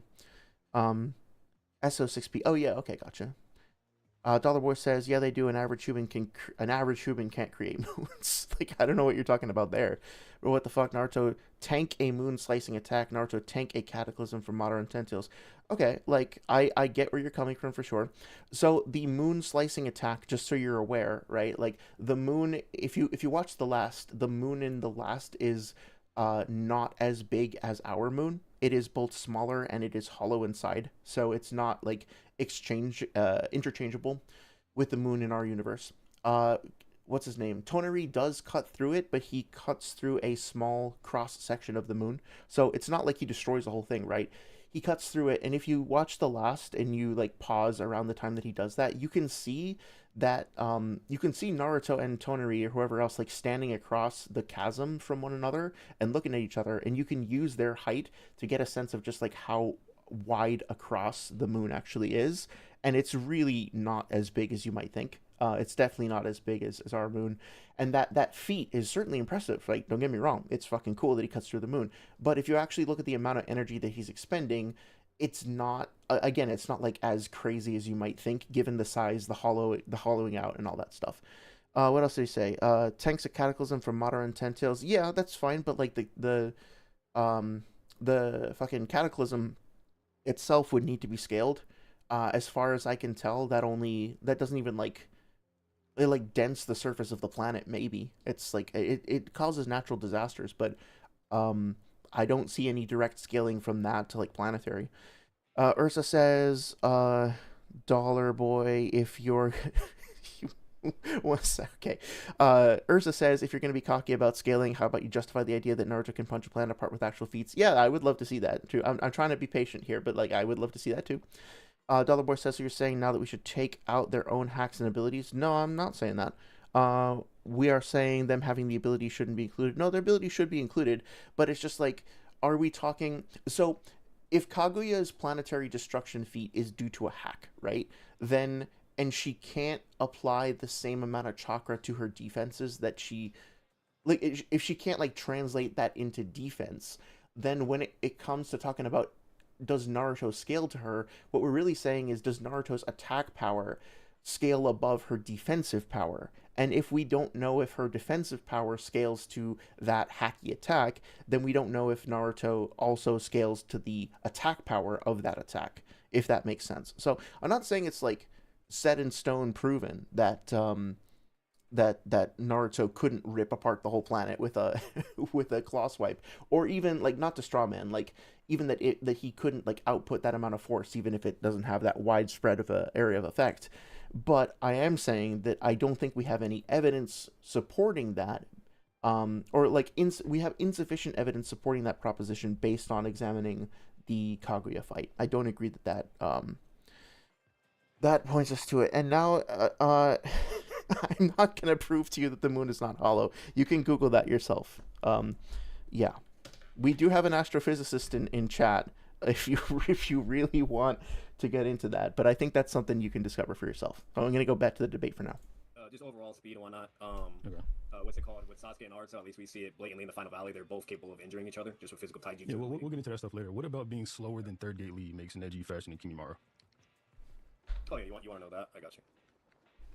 You don't have to directly get the scans right now. You could just explain why. Oh, okay, so the reasoning is when Lee pulls up to fight Bowman, Scales with them physical, mental, stamina. I don't agree with that. Man was about to kill base Naruto. When he's about to pull up on Naruto from behind, he's just gonna do like a fatal blow. Oh wait, sorry. If you're saying that Kaguya scales to the other characters, like yeah, I think Kaguya is stronger than any of the other individual characters that she fights. There might be some kind of argument that maybe Kakashi with the Kamui fucking shuriken stuff might be able to like disassemble her. So there's some arguments there, but like I don't think I think that she is individually the strongest and most deadly and most imposing fighter during that fight. But I don't think that means that like she scales in stats to the effect of the ETSO. Sorry, says student astrophysics student. Hopefully one day, astrophysicist. Fuck me, Jesus. Student astrophysics student. Hopefully one day I'll be there. Hopefully. I'm sorry, I didn't mean to misname you there. Yeah. So thank you for clarifying. Sorry if I misrepresented you at all. A hit, kicks him back. In the anime, what's it called? He states that he's stronger than the others, but in the manga he says he's the scan says it's like on the lines, oh, he's not as easy as the others. But regardless, just putting that out there. And this is like him meeting Rock Lee right off the gate. And this is a weightless Rock Lee that just came out of surgery. The same Rock Lee that's also stated to be less sharper and less faster than when he fought him in the tuning exams. Because Gaara eventually shows up in that fight too. Mm-hmm. So point being said is this Lee fights against that bone guy. He lands hits on him. And that's like immediately starting the scaling right there. But before I move on, I'm assuming you want to respond. Yeah. So I mean, so there's a statement in I believe it's Data Book 2. It just blatantly says that post-surgery, Lee is basically like a phoenix reborn, and that he's awakened a new power post-surgery. So I think that post-surgery Lee is actually stronger than he was in the tuning exams. So I don't think he's going to be faster than like his fifth gate self, for example. I'm fine with that because Gaara does say that Lee was sharper and faster whenever they fought. So clearly, like on some level he was. But other than the fifth gate, I don't understand how with that scan being present, which I can send if you want. I don't understand how with that scan being present, you would say that he's stronger. Yeah, so I do think that, you know, I might not wind up agreeing with what's his name, with Batman by the end of the whole debate, but I will say so far he seems to be doing a pretty good job of like pointing out these things, right? Like he hasn't presented all of his evidence thus far, but what's but Six is also saying like, hey, you don't need to give me all these scans right now, just lay out your arguments. So that's fair. Batman's position seems to be decently thought out. Like he's got the scaling chain set up. He's talking about the specific context of the fight. He has been bringing up the context surrounding the statements. So I think it's a pretty solid way to start. Conversely, I don't think that Six's rebuttal is particularly compelling because, again, let's just assume that they had all the scans and they're going to share them eventually, and let's not like harp on that too much right now. But yes, there is a statement in a databook that says that Lee obtains new power from like after rising like a phoenix from the ashes, but the use of the phrase phoenix from the ashes should clue you into the fact that the language being used there is not necessarily very like specific, very literal, very mathematical. I think that you can interpret it as it's saying that he got a flat power buff or a flat stats increase or something like that. But I think it's also fair to say that the strength that he accomplished or like obtained through that is less literal than that. He had to gamble his own life against the prospect of never being a shinobi again, and the commitment and the resilience and the mental fortitude that took, I think, was more the point of the narrative there as opposed to him getting like a power boost. I don't see why going through surgery in and of itself would boost his power. Beyond maybe you could say that like, okay, so your mental energy is, I think, explained, like mental slash spiritual energy is explained to be a byproduct of your experience, and so there's probably an argument that like every battle that any character ever has technically should make them a little bit stronger, even if it's not something we can qualify or quantify for the purpose of a power scaling debate. I think that there's a precedent there in the series that says like no matter how poorly you do, every time you fight, you're gonna get at least some kind of boost because you're increasing the quality or your reservoir of mental slash spiritual energy. I don't know, that's just like my interpretation, right? To try to be fair here to Six, I think you could argue that. But I don't think the statement itself directly correlates to like, oh, because he had like the surgery Phoenix buff, this means that he's moving X% faster, hitting X% stronger. Even if it is a buff, I don't think it's like fucking quantifiable or usable in this debate at all. I do think probably if Lee had fully recovered from surgery, he would be a little bit stronger than his base, like in base, than his base self when he fought Gaara. I think because he's been doing some training since then, right? But at the same time, his training was limited, being only able to use like part of his body, because the rest of his body was like fucking crushed. And as we talked about before, recovering from surgery, not only in the real world, but also within the realm of Naruto, it's very strongly implied that it takes a long time to recover, and that you have to go easy. So I don't think Lee is at full strength, or certainly identifiably stronger than he was previously. If anything, there's more evidence to suggest that he's, if anything, to be fair to Six, maybe he is stronger overall, but that increase in strength is still being tampered or limited, like taped down by the fact that he's recovering from surgery. So we're not seeing that full strength anyway because of those mitigating factors.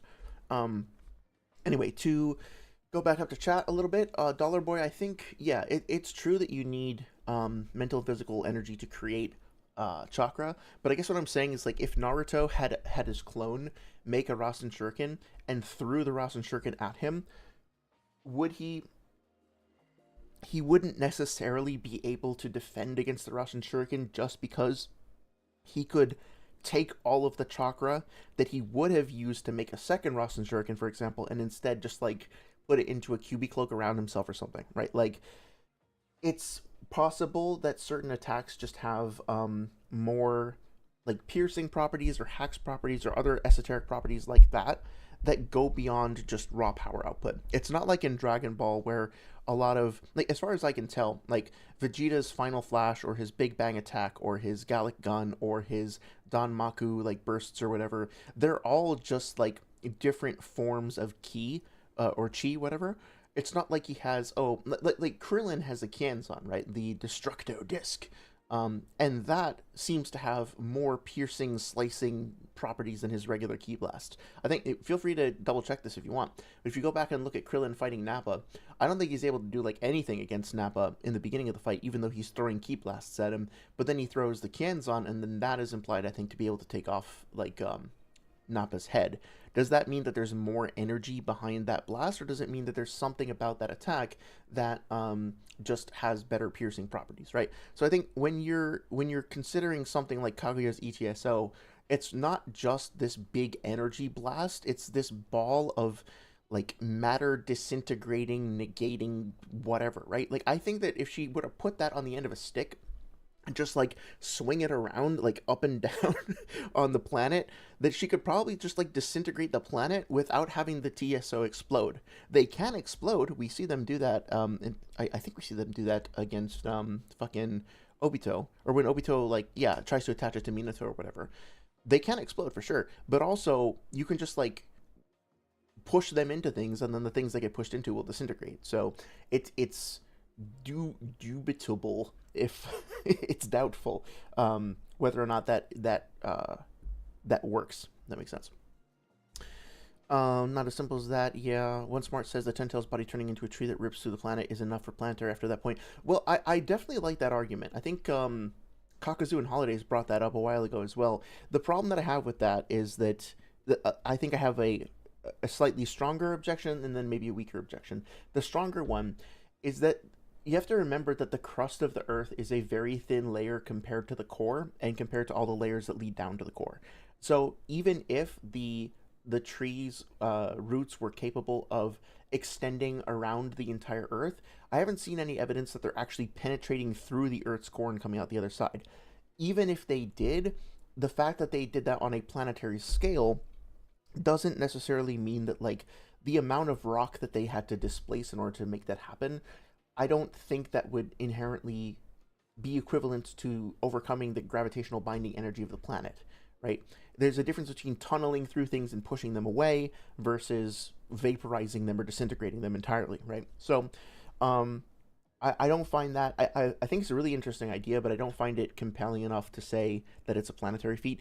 The other thing that I don't think is as strong, but just worth considering, is that when Naruto approaches White Zetsus when he's in KCM 2 form, or I think actually it's the KCM 1, the White Zetsu seem to respond to his chakra and life force and just like start growing into trees, plants, whatever.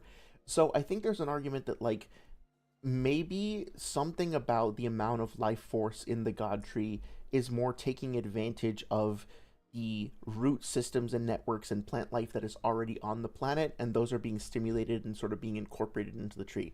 As I say that out loud, it sounds kind of goofy, because how are they turning the roots and parts of other trees into the roots of the big tree? Like, I don't know, you could definitely dispute that, but I like the idea that it's not just a raw force thing, it's more about a life force stimulating thing. And right now I think it's worth looking at Zetsu versus KCM Naruto as a clue into that, if that makes sense.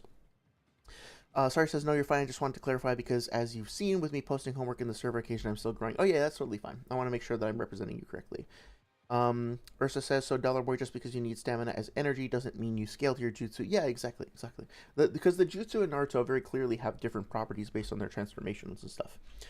Dollar Boy doesn't change the fact that you need your own energy to create chakra, so if you ain't being disingenuous, then you know that makes sense. I agree that you need energy to create chakra, but that's not all of it. That's not the whole picture.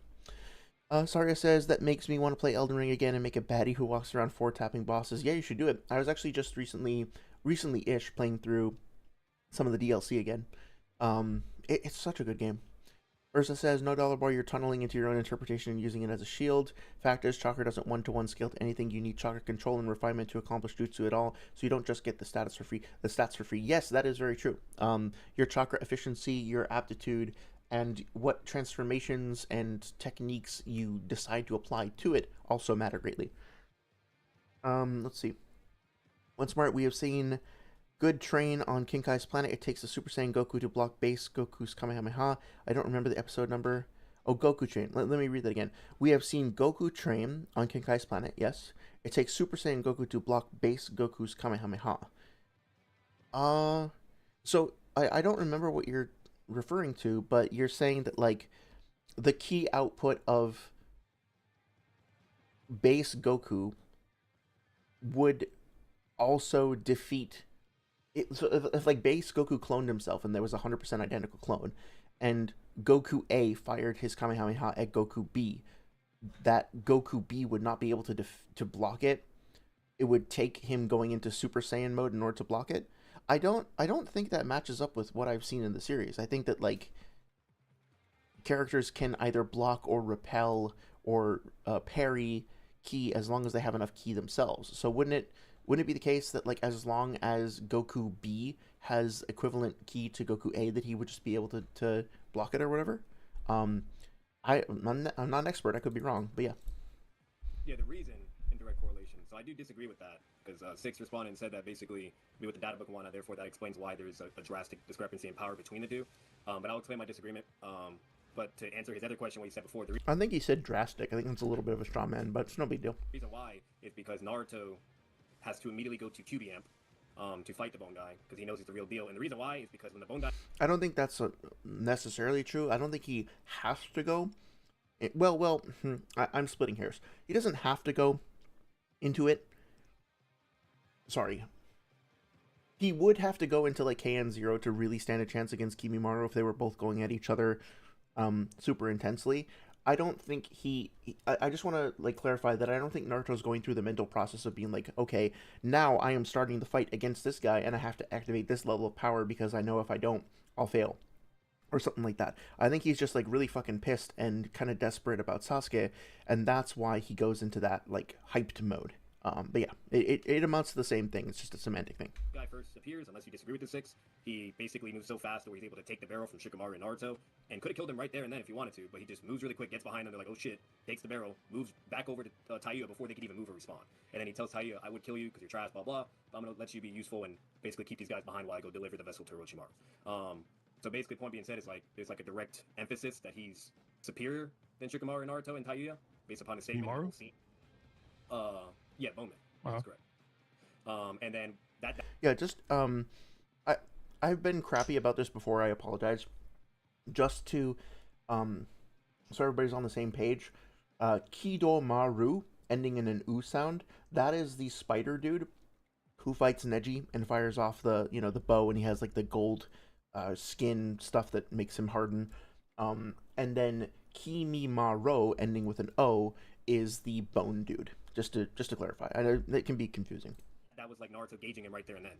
And then when Naruto gets past Taiyo because of their plan with Shikamaru, he immediately activates the Nine Tails power, gets over there, he talks with Bone Man. Bone Man tells him, yeah, we're using Sasuke for Uchimaru for his body, blah blah. In 3 years, he's basically gonna die. Okay. Naruto gets pissed off, gets really pissed, does a Shadow Clone Jutsu sign, summons Kibi Chakra, and summons, like, 2,000 plus clones. And I can send that scan if needed, unless you agree with that or remember that. Yeah, and then before you fight, Ring 2000 is a little bit of an exaggeration, but so on the one hand, I appreciate the fact that what's his name, Batman is walking through the full choreography. I don't think it's entirely necessary. I do think that Batman maybe tends to be a little long-winded. Coming from me, understand that, like, I'm the guy who fucking talked for almost 6 hours straight about, like, that noodles debate, right? Like, I have no as long as I don't run out of stamina, I will keep fucking talking until somebody forces me to shut up. Like, I should not criticize anybody else for not being succinct. But I do think that being succinct is a skill. It's something that I am trying to work on myself, believe it or not. It may be hard to believe, but I am actually, I do sometimes, like, rehearse topics before streams, especially if I think I'm going to be in a debate with somebody. I'll rehearse that, and not just try to, like, get better arguments, but specifically trying to get better at saying things more clearly and concisely. Again, I'm not going to hold it against anybody, but I will say that, like, it is something that is worth, if Batman wound up rewatching the debate and trying to learn from it, I think that could be a learning opportunity, if that makes sense. One Smart says their named attacks are usually stronger than their key enhanced physicals, exceptions being moves like Dragon Fist and Keyblades. It's another reason Scouter. I'm guessing you're going to say like Scouters got tossed out. Oh, yeah, okay, perfect.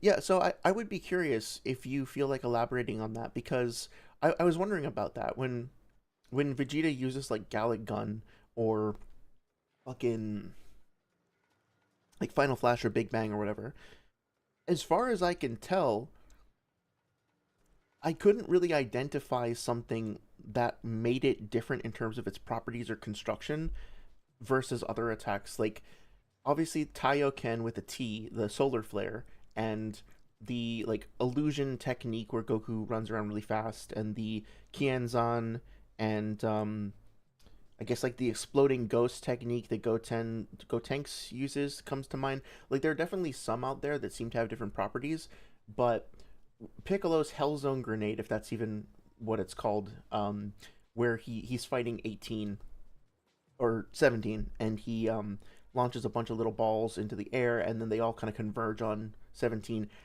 Are those little key balls any different from just the Danmaku stuff that Vegeta will throw out? As far as I can tell, they're the same thing, right? They're just being manipulated in a different way. But I could be wrong. I would genuinely love to know if I'm wrong. Yeah, and before he fights, what's it called? He also stacks a QB cloak on top of the clones, and then they all cloak charge at or one QB minute. chakra. Well, not a V1 cloak, but QB chakra. Yeah, so he's in the QB. Yeah, I think it's worth maybe looking at this briefly, because I wasn't sure about this either. Doesn't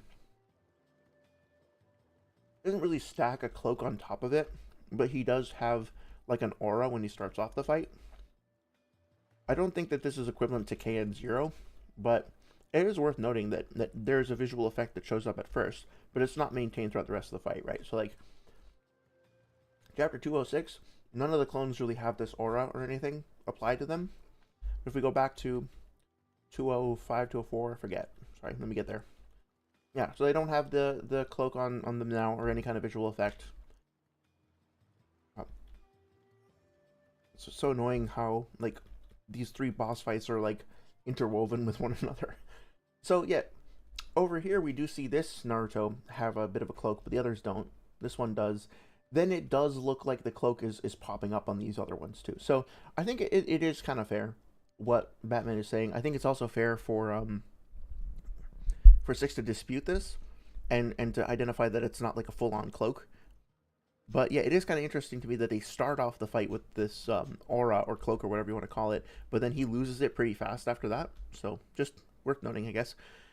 Let's see. Seal says Goku's power level raises when he uses Kamehameha, as shown by Raditz's Scouter, if that serves as an example. Yeah, that makes sense. I thought that, like, that there's also a couple of statements that I think I read recently where, like, the way that Goku and his folks fight is that they will, like, when they go to punch, they will release a burst of ki in that punch as opposed to having the ki active constantly, if that makes sense. So I guess I just kind of assumed that, like, he's raising his ki specifically for the attack in a more pronounced way, but it's like the same sort of thing he would be doing with a punch anyway, if that makes sense. I don't know if that actually made sense the way that I said that. But yeah, I'll go back and review that before talking on it more. Enhanced eye state with the line, right? Red eyes. Yeah, I'm on Sasuke side. Sorry, someone in chat. No, you're good. And then he also Yeah, I don't know if Six should be reading chat during like I don't think he's cheating or anything. I don't think he's getting arguments, but like just turn off chat while you're in a debate. I think it's good etiquette. also puts on a chakra cloak. So basically, remember the Nine Tails cloak that Naruto put on against Neji? He does that, but he's also in the QB enhancement eye form too. When does he do that? He fights Sasuke. I can show it.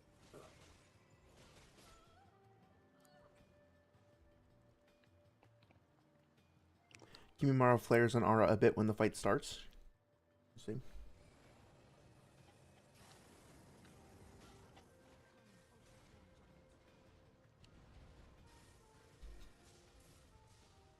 I'm not sure what you're referring to. Do you happen to remember the chapter? I probably just skimmed through it because I'm always doing that. Sitting right now. Oh, here. Yeah. Okay, so this could just be their chakra as opposed to like a cloak or anything like that. Yeah, that's really cool. I didn't notice that before. Thank you for pointing that out. Yeah, that's awesome. You can see his hair's moving with it and everything. The anime shows the same thing too. No, it's cool. But anyway, so yeah, that's what initially happens. Point being said, where I was getting to is this bowman fights him in base, remind you, and he's just using his bones and all that. The same thing he did to Rock Lee, and he's basically just clapping all of them up. He doesn't land a single blow, and that's also stated verbatim by Naruto. So my question was, how does Neji? Because I said Rock Lee was stronger than he was before after he awoke from his coma, right? Kimimaro, sure, he's faster than Naruto. How does that? Where are you connecting that to Lee and Neji? So the reason why I was connecting it to Lee is the first part is because initially way back then when I said I disagree with like the reason of the data book explaining like the power gap or whatever. The power gap. We were saying tuning exam Rock Lee to retrieval Rock Lee after surgery. Yeah. Wait. What's explicitly the disagreement? You think he was? So the disagreement is I think he doesn't get stronger. He's actually technically weaker at that time because again he just came out of surgery and we do know there's science in Naruto. I can show a fuck ton of scans showing that there's science in Naruto and the human anatomy applies in Naruto. What's Okay. Yeah. Again, I appreciate that Batman is at least willing to show the scans to corroborate the fact that science works. I think that 6 is about to counter with this, but like the fact that science is introduced / is present in Naruto to some extent doesn't mean it's a 1-to-1 correlate with how science works in the real world. But there are plenty of instances where it is explicitly the same. Like we've talked about the whole fucking like inner ear mechanics in previous streams and all that. For those who weren't there for those streams, in the fight where Lee goes up against the sound guys for the first time in the forest, like it's explained that Dosu Urasaku's like sound technique affects the vestibular system, and it pulls up a diagram of the inner ear, like Kishimoto shows us, like gives us a little bit of basic like ear anatomy essentially. So yeah, I think that there is medical science in the Naruto world, and it's fair. I think it's fair to not just assume, but to conclude from that basic context that it does take a while for people to recover from surgery, even if it's faster. I mean, like, going all the way back to, like, chapter 15, 16, or whatever, we have Kakashi taking a while to recover from using the Sharingan. Sasuke, like, all the characters who were involved in the fucking, like, Sasuke retrieval wind up in the hospital, right? I think all of them do, to various extents. Maybe not all of them, but yeah. And anyway, I'm splitting hairs again. The point is that I think that there is good precedent for that, and I do think at the end of the day that like even if Lee has an underlying boost, that boost from surviving the surgery, the Phoenix boost, if you want to call it that, he's still having that attenuated by his other medical issues. I think that's fair. I feel like anime cut a lot of the aura, says One Smart. Yeah, that kind of sucks. I'm surprised that they wouldn't have gone deeper on that in the anime. That's actually kind of surprising. Seal says, yeah, 6 could just dispute the aura being the same thing as the cloak Naruto used against Sasuke at the start of their fight. Yeah, I think that's definitely like a valid avenue to explore. What's it called? Okay, so oh, hey there, Cloud. How's it going? Good to see you. Cloud says, there is a man use and replace his bone. I throw logic out the window. Yeah, that's fair. But to be fair, I don't know if I'll be able to pull up the scan specifically. I always forget where it is, but Kimimaro does say that he has full control over his osteoclasts and osteoblasts. So he's using like scientific adjacent terminology to explain how his techniques work. There was like obviously it doesn't really make any sense as far as I can tell for a character to be able to pull out his own spine and use it as a sword, but at the same time, I think it's fair to say that Kishimoto did try to ground this in some kind of approximate reality. It's like the difference between a hard magic system and a soft magic system, right? Like, there are rules to the shit, even though they don't correspond directly with with the real world stuff, right? I think it's around here, isn't it? If I can't find it in like 30 seconds, I'm going to go back to the debate, because I know I've been yapping a lot. Yeah, it's somewhere around here. Sorry, I don't know exactly where it is, though. Oh, here we go. Yeah, 212. My Kekkei Genkai grants me complete control over my osteoblast and osteoclast. I regulate it with it, I regulate my calcium mass and concentrate it into bones. Human body is composed of just over 200 bones, and yet for me that number is not fixed. So, I mean, like, it's not fully realistic. This could just be like by any means, this could just be Kishimoto went to Wikipedia and typed in how bone works and then just, put it together. But yeah. Seal says, and even many of the breaks from reality in regards to human biology, most notably in terms of superhuman feats, come from chakra usage, don't they? I would agree, yeah. And they also have, even something like the gates. The gates are not a realistic thing, but we are given some kind of an in-universe scientific explanation about. It kind of reminds me about how people used to think that we only use 10% of our brains. That's not true. That's a misunderstanding and a misquote of like a psychology, like a pub psychology article. But this inspired things like, wasn't it that movie called Limitless, where you can take a pill which lets you access 100% of your brain?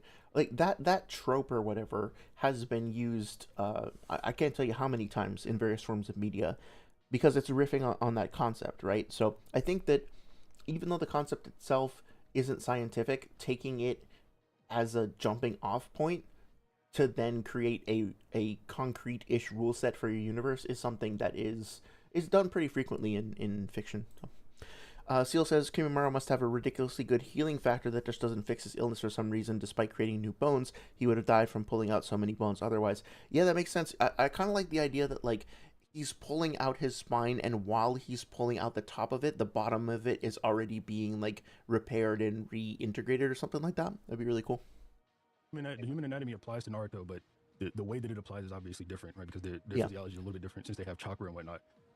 He had access to the best. He had access. Hold on. He had access to the literal best medical ninja possible to do his healing and surgery. And aside from that, like the data book just blatantly says it. Now you can argue whether or not he's weaker than Lee in the like fifth gate or something because of Gar's statement, but just outright disagreeing, that would be like saying the data books are invalid. So I would want a reason for that. Oh. So I do want to highlight that real quick. Let me slow that down and play that back because, as you know, the data books are kind of a sticking point for me. And look, I'm not saying that this means that Six loses the debate or anything like this, but I do think that this moment, in and of itself, like, I would deduct points, so to speak, from Six. And aside from that, like the data book just blatantly says it. Now you can argue whether or not he's weaker than Lee in the like fifth gate or something because of Gar's statement, but just outright disagreeing, that would be like saying the data books are invalid. So I would want a reason for that. Oh. So to me, this isn't even necessarily Six's fault. But this does kind of reflect a meta in the conversation these days around power scaling in Naruto, where he's essentially saying, like, if you don't agree with this statement in the data book, you are then saying the data books are invalid, and you would need to provide a reason for that, which to me is both a straw man and a shift of the burden of proof. Being skeptical about the accuracy or disputing the validity of one particular databook statement doesn't mean that you are going to throw out all the databooks categorically. But Six was the person who brought up the databook statement in the first place. He would therefore have the burden of proof to demonstrate why the databooks are reliable sources in the first place, and or to demonstrate why this thing that he's putting forward is actually reliable. And what people will try to do, as I'm sure you're aware, so I'll keep it succinct, but like what people try to do in this situation is appeal to a priori attributes of the databooks so that they don't have to do that homework. In other words, they will say the databooks are written by the author, so everything in them is like canon and needs to be trusted unless there's a reason not to. The databooks intend to inform you. The databooks are expository reference texts, whatever else, right? The databooks have some data in them. They have facts and figures and numbers and stuff like that. That doesn't mean that any given statement is necessarily true. And I know that that's a lot, that's very provocative for some people, but if you read the databooks, you'll know what I'm talking about. The databooks are very inconsistent in terms of the kinds of information that they present and how they are presented. So no, a statement isn't necessarily guaranteed to be true just because it's in the databooks. So Six does have the burden of proof to demonstrate this. Instead of doing that, it seems like what he's doing is he's just saying, like, if you doubt the databooks, then you are questioning them categorically. If you doubt one statement from the databooks, you're inherently questioning their validity, and now it's on you to demonstrate why your questioning is valid. So he's coming at it from a position of already having decided that the databooks are inherently valid. To me, that's skewing the whole conversation.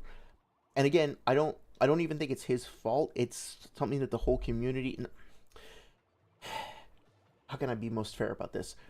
He shouldn't be doing this. It's a bad style of argumentation, and also it's like kind of like a disease almost, or like a virus almost in our community, where it just keeps getting passed around and accepted and gets stronger every time it does. So I understand why he might be reaching for this. It's just I don't think he should be. I think we need to move on from this like style of argumentation. I think it's really bad, and it's also not very sportsmanlike to not very good sportsmanship to take that approach in terms of a debate, like to shift the burden of proof and stuff like that. I don't think that's cool, so to speak. One Smart says it was like 3 movies around the same time with that 100% brain concept. Oh yeah. The only one I remember is with Black Widow and Morgan Freeman. Yeah, I think that was called Lucy, right? If I'm thinking of the right thing. Seal of Reconciliation says, especially when Six did that the other way around, he argued that Gaara's statement was wrong because of the data book statement, so by that logic he would be arguing the manga is invalid. Yeah, that's a good point. That's a good point, right? I think fairness, equity, consistency, avoiding double standards is difficult, especially in the heat of the moment, but it's very important that we try to aspire to that. One Smart says the muscles are locked at like 20% until adrenaline or intense distress. Chakra being related to stamina and proteins leans towards that muscle connection. Yeah, that makes sense. I genuinely wonder. I would like to learn about the science of how people can overdrive themselves like that in the real world. If that makes sense. So, not saying necessarily that data books are invalid. The disagreement inherently is the fact that with like the whole power thing or whatever how you described it, whatever stated verbatim, I just think that's just being blatantly hyperbolic. And the reason why, okay, is what Gaara's statement that contradicts and reinforces when he says, when we last fought in the tuning exams, you were I already gave the interpretation that covers that. He talking about Lee and his gates. Yeah. No, that's fine. I'm just bringing it up like again. Okay, that's fine. Then you concede the point. Here. No, I don't concede anything. Yeah, see, I also don't like it when people in debates like strawman and say, oh, okay, then you just lost that point. That's an L. You just conceded it, right? Like, I think that's trying to put words in your opponent's mouth. Yeah. Anything. I'm saying you just said that my interpretation was fine. Your argument in the claim, and also we're doing a point A, by the way. There is point B of why also this directly connects to Neji, because even without the Bowman thing, there's another connection with Neji to Naruto to Sasuke and all that. Why he's still superior, but we'll get into that after. Anyways, so for point A, so your claim was, oh, I think this is a stronger lead because of this data book or whatever and how it's described and whatnot. Okay, my response to that is I don't think that's the case because again we know that science is in Naruto and we know the human anatomy is applied. I can show many scans and examples. Okay, they have cells, they have. Yeah, so I will say I think I agree with Six's critique of Batman that sometimes Batman can kind of loop and just repeat the same things over and over again and not make much progress. I don't think it's intended in bad faith per se. I think that like he's just trying to clarify and make sure that Six is on the same page. But I do also find that he tends to loop a little bit. I will say, sorry if I'm making gross eating noises. I'm trying to actually have some dinner too. I do think though, what did Six say? Science is in Naruto, and we know the human Oh, anatomy. yeah. So the idea that science is in Naruto is fine. And he does seem to be willing to bring up references, so let's give him a little credit. But also, I think that, like, it would be better from a debate tactics standpoint, so to speak, if Batman had just turned around and been like, okay, well, Six, you just made this positive claim about the data books. You should present your evidence and you should substantiate it. Because what's going to happen, in all likelihood, what I've seen happen time and time again, is that, like, somebody like Batman will say, no, I don't agree with that because X. And then the other person will say, okay, go ahead and prove that right now. Oh, you can't? Okay, I win. It's like, well, no, Six wouldn't win that point just because Batman didn't happen to bring up a, I mean, like, depending on your perspective, I guess, but, like, Six might win that point from certain interpretations, but that doesn't mean that he actually did the groundwork or did the homework to establish the credibility of his claim, right? So, like, that might work in terms of getting you the approval of a judge or of the audience or whatever, or, like, getting your opponent to drop a point and move on. but in terms of the actual like intellectual rigor of engaging in the scientific enterprise, right? Not to be too pretentious, he probably he's not really doing that. Like he hasn't really proved his point either. Now, granted, I think they're both in the state where they're just like putting out arguments and they haven't really started going hard on like examining the evidence. That'll come later. But yeah, like I think Batman is doing pretty good so far. Enemies applied. I can show many scans and examples. Okay, they have cells, they have bones, they can drown, they take a blunt force trauma where they can be gapped. Yeah, like, we can skip the things fluff. like you have the Shino shit where he puts bugs into Dude. Zaku's arms and it's like a gun barrel. They talk about it, they explain it. Dozier has a statement with Choji where he uses sound with the Dude, water. we get it. You don't have to give all the Okay, examples. cool. All right, so we know science is a thing in Naruto. So point being said is this is the same Lee that just came out of surgery. Okay, and he even states like he can't go with really big moves or big amp transformations, and he says he can only use Gate 1. Okay, so we know his body is hindered. We know it is fucked up and it's not at the full peak capacity. Yeah, I agree. I think that's fair. Therefore, okay, with that amount of evidence as emphasis, there is no way he can be stronger than shooting Exam Rock Lee or whatever, because his body is literally objectively fucked up. Not only he states it and acknowledges it, Gaara also states it and acknowledges it. So meaning he's not at max capacity, okay, but he's at least still able to fight this guy to a certain extent, whether it's with Gate 1 or in base, or eventually also we see with the Drunken Fist. Shino mentioned in the big 2026. Yeah, shout out to Shino actually getting a fucking call out like at all. Honestly, if I debate with anybody, I think I would enjoy picking a character like that, like somebody like Shino who's like less represented, like less well known, if that makes sense. Like Temari versus Shino would be kind of fun. That's basically what I'm getting at. Yeah, so I get what the you're second getting at. component was I'm saying it's hyperbolic. It's just more of the theme of like, oh, the youth of power. That's a whole narrative theme throughout Naruto where Rock Lee is like, oh, the power of youth and blah blah. Like, Yeah, I get what you're getting at. I get what you're getting at. Okay. I get what you're getting at with it being hyperbolic. I'm saying that there's no evidence for it being hyperbolic, and my interpretation already addressed 99% of the things you just said. The fact that I'm not done. Well, I mean, I don't think that's true, right? You got to be careful about statements like that because if you say, okay, so there's kind of two ways to respond to that. Six said there is no evidence of this being hyperbolic. You could do the socially well-adjusted thing, or you could do the debate bro thing in terms of responding to that. The socially well-adjusted thing would be to be like, oh, okay, I get what you're saying. You're saying that you haven't seen any evidence of this. You don't believe that there is any evidence of this that you've come across. Maybe I agree with that. Maybe I don't. Let's move on. But if you're in a debate bro mentality, what you could do is say, okay, you just made a positive claim that there is none of this stuff. So now the burden of proof is on you to go ahead and prove that there isn't any of this, which is very difficult to do because essentially you would need to go through every piece of evidence that there is and demonstrate that none of them corresponds to what you just said, which is completely like out of scope of the debate. So I think it's almost like, what's the point in even bringing that up because you know how it's going to end? It's like not meta, but at the same time, it would be fair to point that out. And I don't think Six is correct. I think that there is plenty of evidence that not just the databooks themselves, but that specific passage that statement is taken from could be interpreted in a non-literal way. I think that sometimes people try it, maybe not try to, maybe it's not like a nefarious decision or whatever, but people will be like, this statement is either factual or hyperbolic, right? And if it's not hyperbolic, then it's factual. But there's a whole plethora, a whole myriad of fucking figurative language that can be used that would lead you to something being. It would mean that you shouldn't interpret something hyper literally, right? It doesn't have to be either hyperbolic or hyper literal. It can be metaphorical, it can be foreshadowing, it could be tongue-in-cheek, it could be like a joke that breaks the fourth wall, it could be something poetic or something, right? There's a whole bunch of different things other than hyperbole or fact.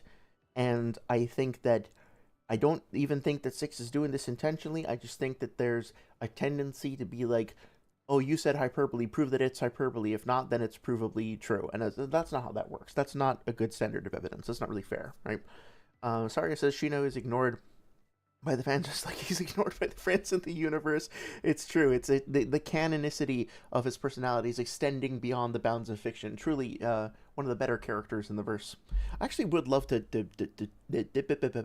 I would love to debate him versus somebody else. I'm going to have to research him because I've had a couple of opportunities to like a couple of people who I bumped into have been like, okay, let's debate, and I'm like, okay, well, I don't scale any characters really. Like, all I do, like, just being honest for a second, like, I mean, I try to be honest all the time, but you know what I mean. Like, basically, what I do is I listen to other people's ideas and I tell them why I think they suck. Like, I haven't really put forward my own scaling for characters inherently. I think the one thing that argument that I came up with that I'm pretty proud of was, if I can even remember it, that like uh Ino has a mind transfer jutsu that scales to Obito. Obito, her father should be better than her because of his rank in the clan and more experience and stuff like that. He takes a team of people in a controlled situation outside of combat at least multiple minutes, if not multiple hours, to scan through the memories of a fatigued, probably post-torture, probably sedated, like random rain villager. And then Pain scans through a lifetime of memories in a matter of seconds with his human path when he reads Shizune's mind. So, Pain's mental ability should absolutely be able to hack into Obito or anybody of Obito's level. I puzzled that out myself. I'm pretty proud of myself for coming up with that. I think it's a pretty cool argument. But for the most part, like, I don't know, if you ask me who do I think beats who in a fight, I'm like, I mean, like, Kaguya probably beats everybody else. And other than that, I think it's open for interpretation, honestly. The fact that No, but you said there's no evidence. I said the contradictions. That there is evidence. That's the disagreement. there's only seeming contradictions. I don't think that there's true contradictions. It's stated by multiple characters, and he just came out of surgery. Those Yes, are blatant contradictions. One is objective, and then the statement. No, that's not a blatant contradiction. Those are seeming contradictions. So the fact that science can be applied in Naruto, I don't disagree with. Science being applied in Naruto in every facet, I do disagree with.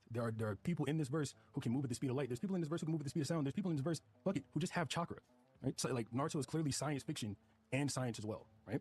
Not only that, yes, Lee just got out of surgery, but it was surgery from the greatest medical ninja of all time. The person who invented medical ninjutsu in the first. I'm not done talking. I didn't interrupt you. No. You made a claim, and I'm responding to that claim. No, but I didn't interrupt you when you made all your claims. Okay, that's fair, but okay, so if it's fair, then let me get done responding.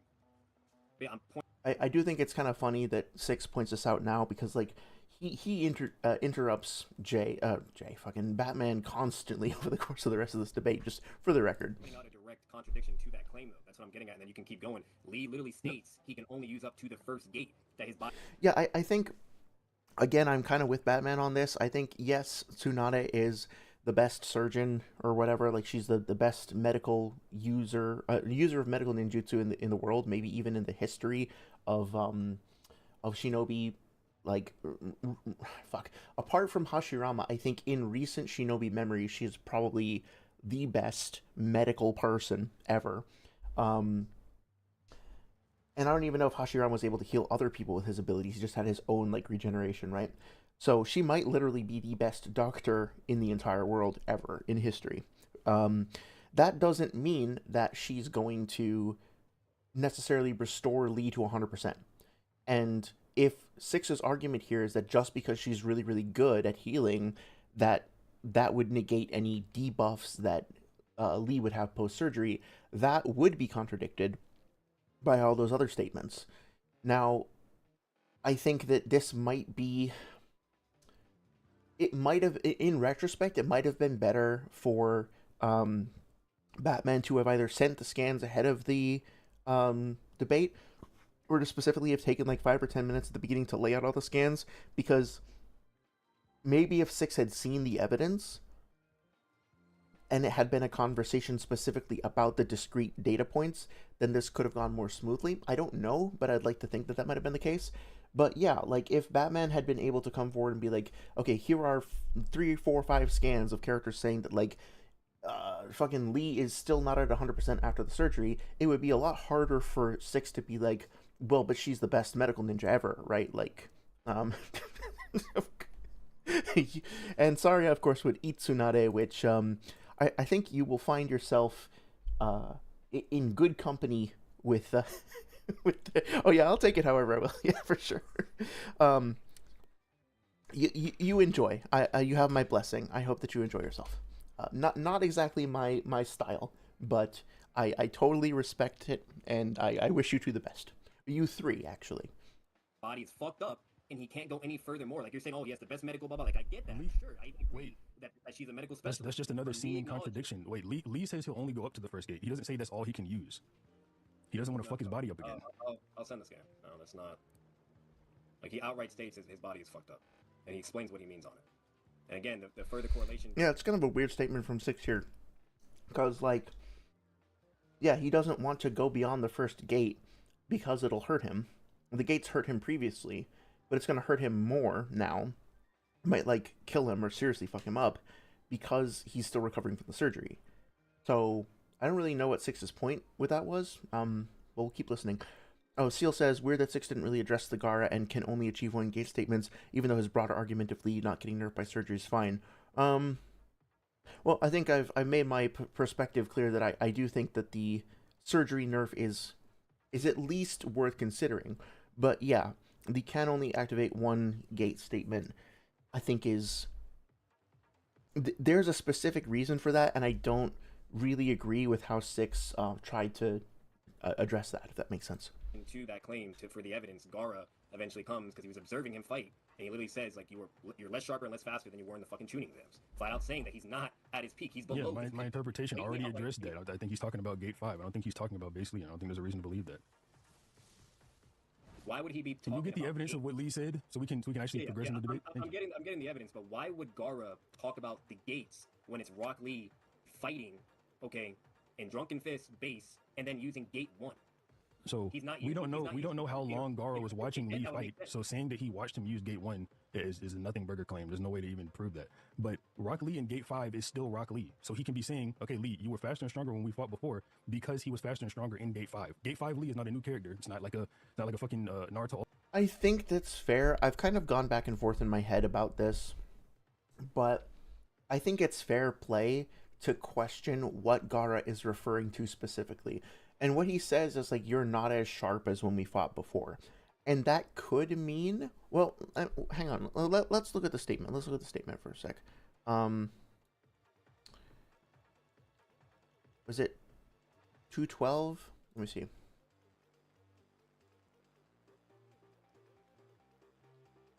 Sorry, I know we were just looking at this. Okay, so this is when he shows up. He does say something about like, and I don't hold a grudge against you. Okay, so right, so Lee tries to go forward. Gaara catches him with the sand. Lee like falls over or whatever, and then actually, hang on, is that before or after? Okay, sorry. I just want to make sure I get this right. Right. Okay, so fighting him. He's about to get shot. Okay, yeah, I'm getting my order of operations wrong. So this is I'm glad I went back and looked. Okay, so what Gaara says specifically is you're impatient. And I think he's talking to Kimimaro specifically, because Kimimaro like fires this stuff off before they even like have any other kind of verbal exchange, right? Then he's facing forward, and then he turns to Lee and he says, when last we fought, you were faster and sharper than this. So, I mean, he probably is like, I don't know for sure, but it seems to me like he was observing him in his drunken state, probably as he was approaching and getting like handled by Kimimaro, right? He probably saw him getting handled by Kimimaro and was responding to that. Lee also then says, thanks for reminding me, not that I hold a grudge, but you really did a number on me. So I think there's an implication there that part of the reason why Lee is the way he is because of what Gaara did. I mean, I think that's open to interpretation, but you could definitely, I think, link this back into saying, well, yeah, he's not as fast and as sharp because he's still recovering from the surgery. So I think there's a little bit of ambiguity there. I could definitely see interpreting that statement in different ways. I personally think that what he's referring to is like Lee's performance just now is not as sharp as Lee's performance was overall in their fight. and I don't think he's specifically being like, you are now slower than you were when you were using your ultimate attack, your full like reverse lotus fifth gate things. I think he's saying like overall right now you're just like not as cool as I remember you from before. But that doesn't mean he's not referring to the gate specifically. I think that I think if you were to put forward the argument that he is specifically talking about the gates, I don't think that that explanation encompasses enough of the context around this conversation, so I don't like that interpretation. But if you're saying that this is specifically referring to him not being in the gates and you're in a debate, it would totally be fair play to be like, well, prove that it's not about the gates, right? So I disagree with with Six's interpretation, but I think his objection within the context of the dialectic is totally fair. Let's see. Seal says, okay, he did address the only activate one gate thing, but it's kind of a bad counter. Lee is too afraid to use the other gates, doesn't really hold up when he's fighting in a life or death battle, and would go against his arc too. Yeah, I suppose so, although he probably doesn't want to, like... I would think that Lee would consider it to be a safer gamble to pull out the fifth gate within the context of the tuning exams versus not being, like, post-surgery, whereas here, he seems to think that, like, going beyond the first gate at all is extremely risky, and he doesn't have the benefit of you know, like I think the implication here is that if he even tries to activate the higher gates, then he'll just like kill himself, like or he'll damage himself so much that it'll basically be like curtains, right? So it's not a matter of like can he even gamble on his own strength and his own fortitude or whatever, and can he endure it? I think it's like it is just a death sentence to push his body beyond what it can do, not in terms of the sense of like, oh, I'm gonna do a few extra reps even though like my muscles feel like they're failing. I mean, like, no, my legs are both broken. If I walk on them, I will fall over. That will factually happen, right? Like something more like that. Sorry, says my girlfriend is listening to this with me. She's playing Kirby while I read. Well, hello, Saria's girlfriend. I hope you are doing well. Hope you're having a wonderful evening. Thank you for listening to my ramblings. And she was like, I wonder if Lee would be open to learning Death Kwon-Do. And now I see Lee with a mullet in my head. Oh my god, I could totally see that. That wouldn't even be that much of a like a hair debuff compared to his current bowl cut, though. So I could see that working out. Seal of Reconciliation says, I do think that's a very weird thing for Gar to bother saying to a Lee that he knows only fought Kimi and base if he's referring solely to Fifth Gate. I agree. Yeah, like if we take a step outside of the strictures and the scrutinies of being in a debate context, I think it's totally reasonable to be like, he's just talking about like Lee normally. Like Lee went into like an overdrive mode. It would be like if Vegeta comes up on Goku and Goku is fighting somebody in base and not doing very well. But Vegeta previously fought Goku when Goku was using the Kaioken. And Vegeta said, man, you're not as strong as I remember seeing you last time. What the fuck? Why are you performing so terribly? I think it would be totally fine to be like, okay, he's just referring to Goku in base, right? Like, he's not... Vegeta could have come out and been like, I know you have an ability that's much stronger than this. I know you could use the Kaioken. Why are you in base when you can use the Kaioken, right? He didn't say that. He said... his statement would have more been an overall assessment. So I like that interpretation better. But I can also respect, I guess, the angle in terms of a debate of pressing that point. Let's see. Seal also says your base form is now weaker than your inherently much stronger ultimate form you used back then. Is a pretty nothing statement when Gar wouldn't say, yeah, for sure. I think we're in agreement there. Ultimate Ninja Storm, he's not a different character. He's still Lee. He's just using Gate 5. Oh yeah, let me back up a little bit. Okay, Lee, you were faster and stronger when we fought before because he was faster and stronger in Gate 5. Gate 5 Lee is not a new character. It's not like a fucking Naruto Ultimate Ninja Storm. He's not a different character. He's still Lee. He's just using Gate 5. Yeah, but that's a different transformation. That's like... It's not a like transformation. saying, it's just Lee on Gate 5. No, that is definitely a transformation. The gates are literally a hidden gates formation that amplifies the user's power by like dozens of times. Like, It's an amplification, not a transformation. And even still, it is Rock Lee. Yes, that's fine. But again, Gar is observing... You don't know what Gar is observing. We do, because it's right after he uses Gate 1. No, So, it's not right after he uses Gate 1. Then that even helps me further, because if he's watching the entire fight... Wait, no, it's not. You can't prove he saw Lee use Gate 1. You just made that up. It's not right after he uses it. No, what I'm saying, Six, is when he makes that statement of less sharp... Again, I think this is an instance of debate tactics maybe occluding like a fair reading I mean, Gara approached the battlefield. Can you prove for a fact that he was eyeballing Lee the entire time he was fighting Kimimaro? No, but he obviously saw part of it. Can you prove that he was definitely in Gate 1 throughout that entire time? No, but there's an implication. And I feel like it, if these two guys were friends and they were just hanging out talking about Naruto, I don't think that they would go at each other like this, right? Like, I don't think... it's hard for me to imagine really getting entrenched in this level of argumentation.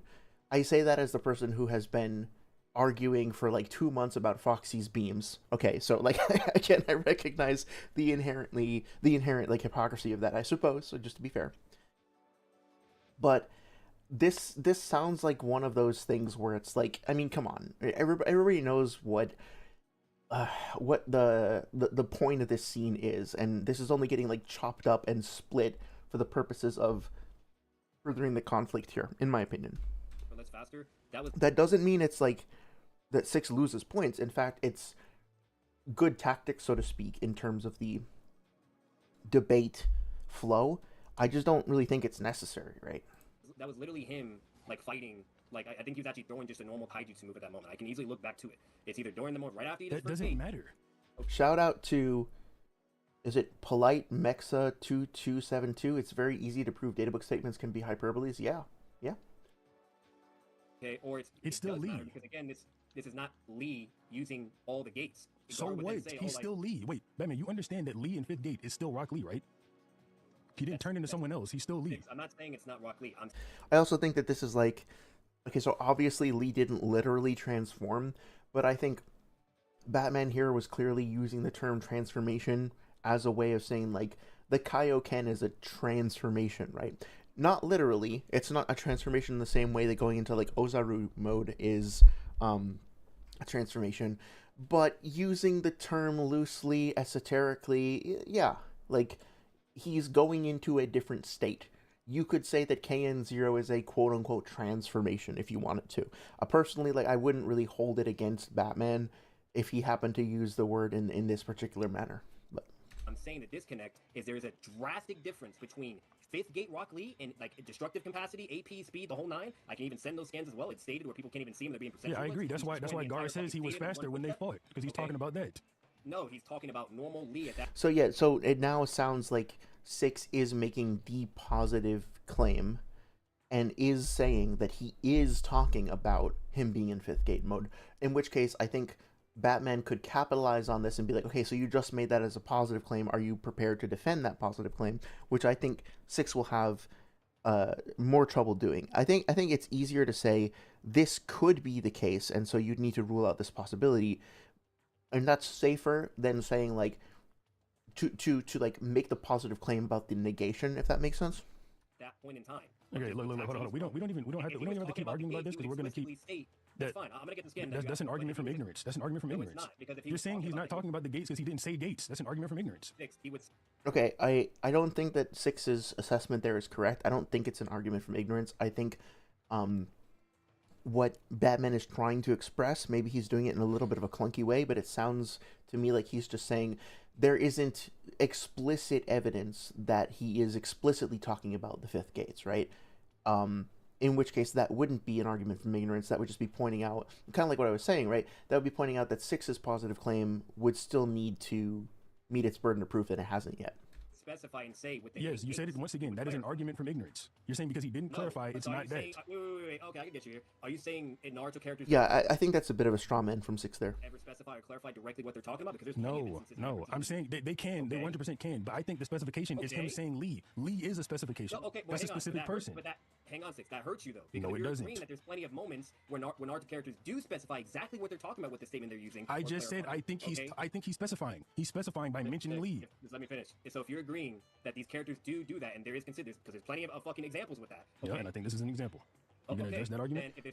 So far, again, saying nothing of the prior history between these two people or how they've acted towards each other or taking a stance on any of that stuff.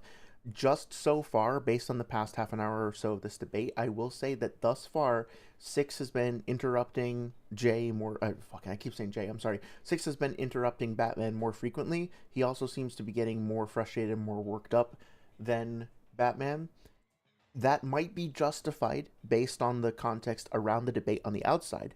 So I don't blame him. But if you were coming into this debate not knowing anything about that, I think you could identify um sorry, I got a little distracted. I think you could identify that Batman is holding it together a bit better thus far.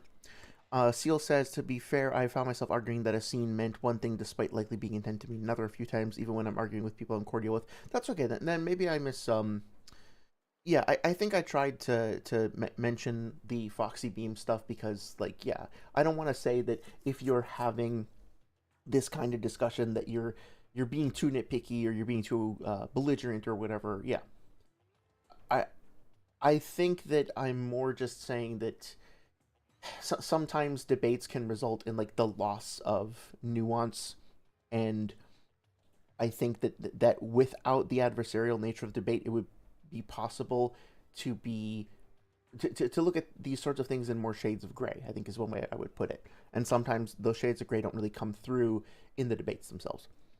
Yeah, you have to debate Alex Russo versus Harry Potter. I don't know anything about Harry Potter scaling. I don't even know who Alex Russo is, so I think I would be hard pressed to do that, unfortunately. Seal says wanting to win a debate makes people do that a lot of times. Yeah. I think we're on the same page there. Plenty of examples where the Naruto characters Yep, do and this is specify one and of them. clarify exactly what they're talking about, meaning therefore, okay, if they're not specifying or clarifying exactly, okay, because you're saying, oh, it has to be definitively in regard to fucking Gate Lee. No. That's to make my interpretation of the other things consistent. It's to say that you're asserting this. I'm saying this thing is also possible, and because this thing is possible, you cannot claim that your claim is That's, likely. I was not done. Let's try and go one at a time. Yeah, my headset did actually die. My bad. I thought you actually were done talking. You can go. I doubt that, but okay. All I was getting at, okay, if you agreed with that being the case where characters do specify or clarify at particular moments or whatever exactly to make sure we know exactly what they're talking about, right? Okay, that Naruto characters will do that, okay? That just goes to show if at this moment, if Gaara is not doing that, then obviously we would utilize the context of the situation to conclude what he's referring to at that particular moment. And the context of the situation. Yeah, you already said the context. Judge, do you understand what I'm saying and what he's saying? Can we move on? No, I understand what you're both going for. Okay. But anyways, Okay, so again, I want to try to be nuanced here and understand that the judge or moderator or whatever was not, like, might have been like a last minute addition or might not have been super familiar with the process or whatever. I don't really think it's appropriate for the debaters to be asking questions like this of the mod slash judge. Like, if you request moderation, if you're like, hey, I can't get my points across, like I can't get a word in edgewise, I think this person is looping, like, can we please get some moderation to move things forward? That's one thing. But like, that didn't feel like what Six was doing here. I don't think that asking again, I might be misinterpreting this, but it sounds like what Six is doing is asking the judge for permission to not respond to a claim so that the judge won't dock him points for that later on. And that, it feels really weird to me, because that feels like a sort of a collaboration and like a handshake agreement between the judge slash mod and one of the debaters. If I were in that position, I probably like wouldn't even answer the question. Again, easy for me to say, right? But I would be like, you guys, if you want moderation, I'll give it to you. Otherwise, like, get to your points, wrap them up. Maybe here's like a little time limit, or something. Try to put some structure into it. But I wouldn't be like, it's up to Six whether or not he wants to address Batman's concerns, and it's up to Batman if he wants to continue pushing the point or to move on. If it gets stuck in a quandary, then that's one thing. But like, yeah, I don't know.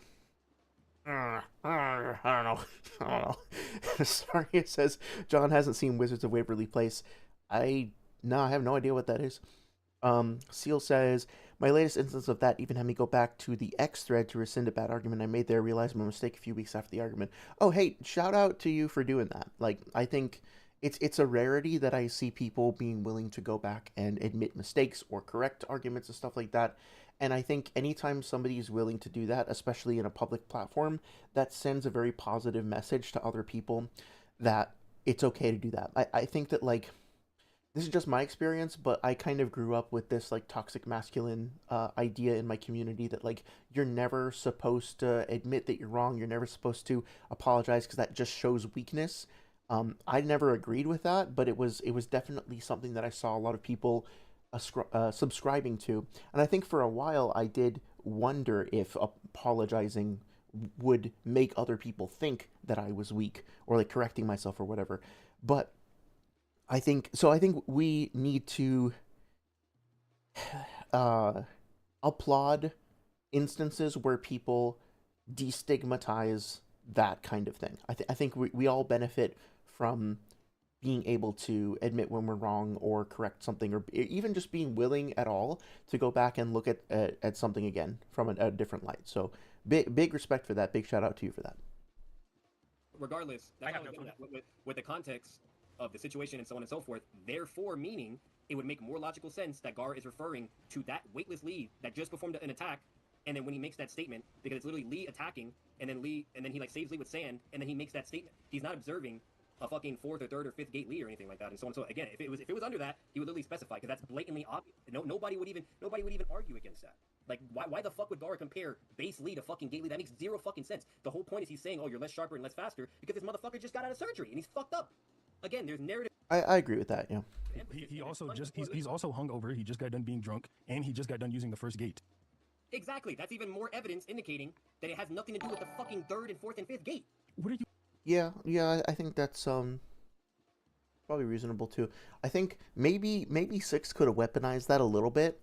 Maybe he could have flipped that by saying like, um, I don't even know how I would do this, but there might be something for one of the debaters to use there. Like, if you can identify that Gara's comment was maybe about Lee being hungover, then you could potentially use that to like leapfrog into another point.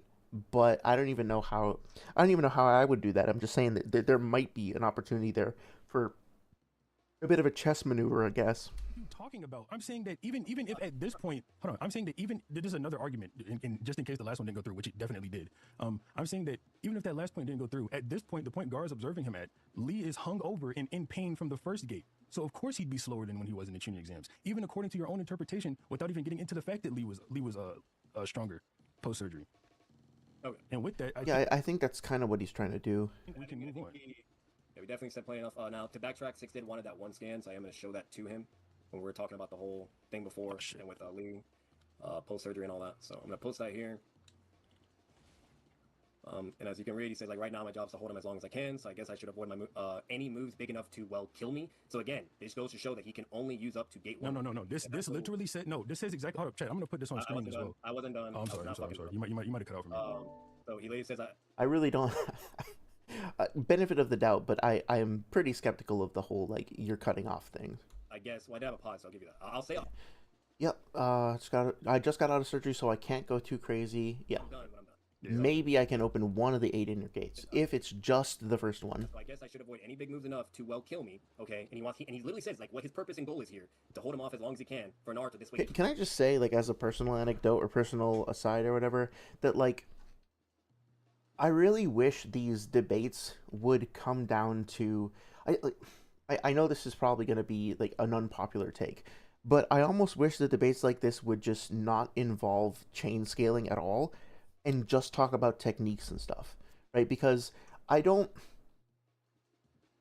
This has been going on for like a half an hour or more, and they're still talking about like this chain of how other characters may or may not relate to the characters that they're actually talking about. So far, this has been a surgical examination, pun intended, of Lee himself, and they haven't really talked much at all, if at all, about Sasuke and Neji, right? Like, I would love to hear, for example, if like how Neji's combat style and Sasuke's combat style would interact with one another, how their tactical thinking would interact with one another, if the Sharingan could help give Sasuke an advantage over like reading what Neji was trying to do to his chakra points, or being able to predict when he was going to start spinning, or like I don't know any of that shit, right? Like what about their personalities clashing? What about their intellect, their approach to combat? There's so much more that goes into a fight than just stats. And I feel like a lot of times these debates just come down to not even comparing the stats of the characters themselves, but comparing, like, disputing the stats of the interstitial characters that are part of a scale, like a chain, to get to the characters that they're even talking about in the first place. So I don't know. I think Kakazu versus Pain, for example, it's much more interesting to talk about like stuff like how is Kakazu going to deal with the soul pull than it is to talk about whether or not he tanked a Biju bomb. You know what I mean? Like obviously it's important, it's relevant. I just think that there's so much more that goes into the fights. Like again, to bring up Dragon Ball because I just reread through a big chunk of the series. There are so many moments in Dragon Ball where like two characters are basically fighting evenly, and then one gets a big power boost, and then gets a an advantage over the other, and the other one will get a power boost, blah blah blah, right? Like the whole hyperbolic time chamber versus cells absorption things, right? They're just kind of like leapfrogging each other, one upping each other back and forth. But apart from a few things here or there, it's very rarely the case that a character like Goku learning instant transmission is one thing, or Goku or Gohan learning Super Saiyan 2, or unlocking it rather. There's a few like technique related things like that emerge, but for the most part, it's just who is the stronger person at any given time, who's done the best training or who has the best stats or whatever, as opposed to like, oh yeah, I'm Goku and I developed I gained access to the Genki Dama, right? That doesn't seem to happen as much going on later on, right? It's not like, okay, well, I realized that Cell has a core that's regenerating, so I specifically did, this sort of insight training that I gave myself, like a Byakugan, whatever. I talked to the people from this planet, had King Kai help me hook up with them, and then they taught me how to see through to your core or whatever. The there are definitely series out there that rely much more heavily on stat stick scaling. Naruto does, but there's also a lot more to it, and I feel like that gets thrown by the wayside a little bit. He can't go to fucking help Sasuke and fuck Naruto up in the whole nine. Okay, and then he says, I just got out of surgery, so I can't go too crazy. But maybe I can open one of the 8 inner gates if it's just the first one. Okay, and then he does that. This flat out blatantly states that he can only use the first gate right now. He cannot go any further. So when we're talking about everything we were talking about before, you're over here saying, oh, it wasn't saying that, oh, he was in like really fucked up condition about, or that he can only use the first gate. Yes, the fuck he can. He literally explains it internally. Okay, can you start repeating yourself? I got it at this point. So I wasn't repeating myself. You were repeating yourself. This is exactly what you said earlier. But anyway, this is exactly what I was saying earlier. Lee says, I just got out of surgery, so I can't go too crazy. Maybe I can open one of the 8 inner gates if it's just the first one. He doesn't want to fuck his body up again. This does not mean that he cannot do it. He's saying that he won't do it. He doesn't want to. I'm sure you understand, Batman. Being in surgery, he was just under the impression that he was never going to be able to fight again. He doesn't want to go through that again and be crippled. So he's not going to do it. I think that there's more nuance, or there's more context that Six isn't really engaging with. Like, Lee, if he can, Lee is willing to put his life on the line and like risk his own bodily well-being. This goes back to what we were talking about before, Seal, where Lee is totally, or was it One Smart? I'm sorry. Sorry, I totally lost my train of thought. Lee is totally willing to put his life on the line and risk his bodily autonomy and his own, well-being and everything for the sake of winning a fight, if that's what it comes down to. In fact, he seems to take pride in that fact. But I don't think he wants to do it if he thinks he's just going to die, right? Like, I think he's also aware of... There's a difference between being totally reckless and oblivious to your limitations versus gritting your teeth and pushing through your current limits, if that makes sense. So I don't really agree with Six's assessment here. Okay, so that's fine. Like if that's your comprehension on it, but again, with how it's stated and how it's described. Okay, but you already went over how it's stated. Can we move on to the next point? It indicates a stronger probability that is absolutely not the case. Because again, he says his goal to hold him out as long as he can. Then he says I should avoid any moves big enough to kill me. So he's saying to kill him. So if he goes any further, it will kill him.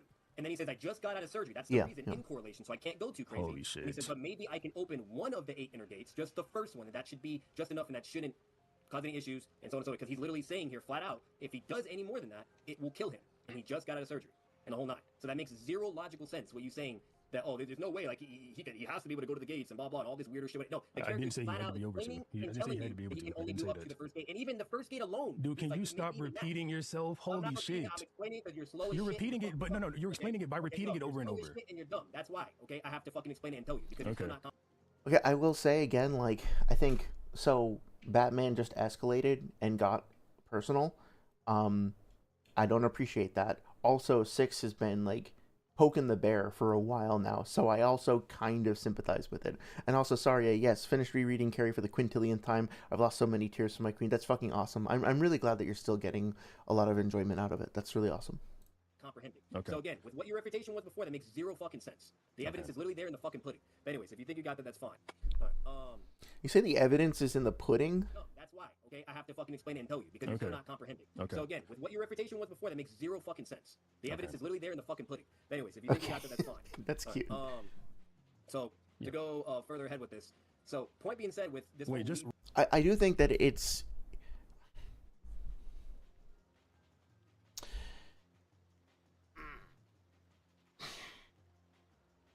I'm trying to find the words.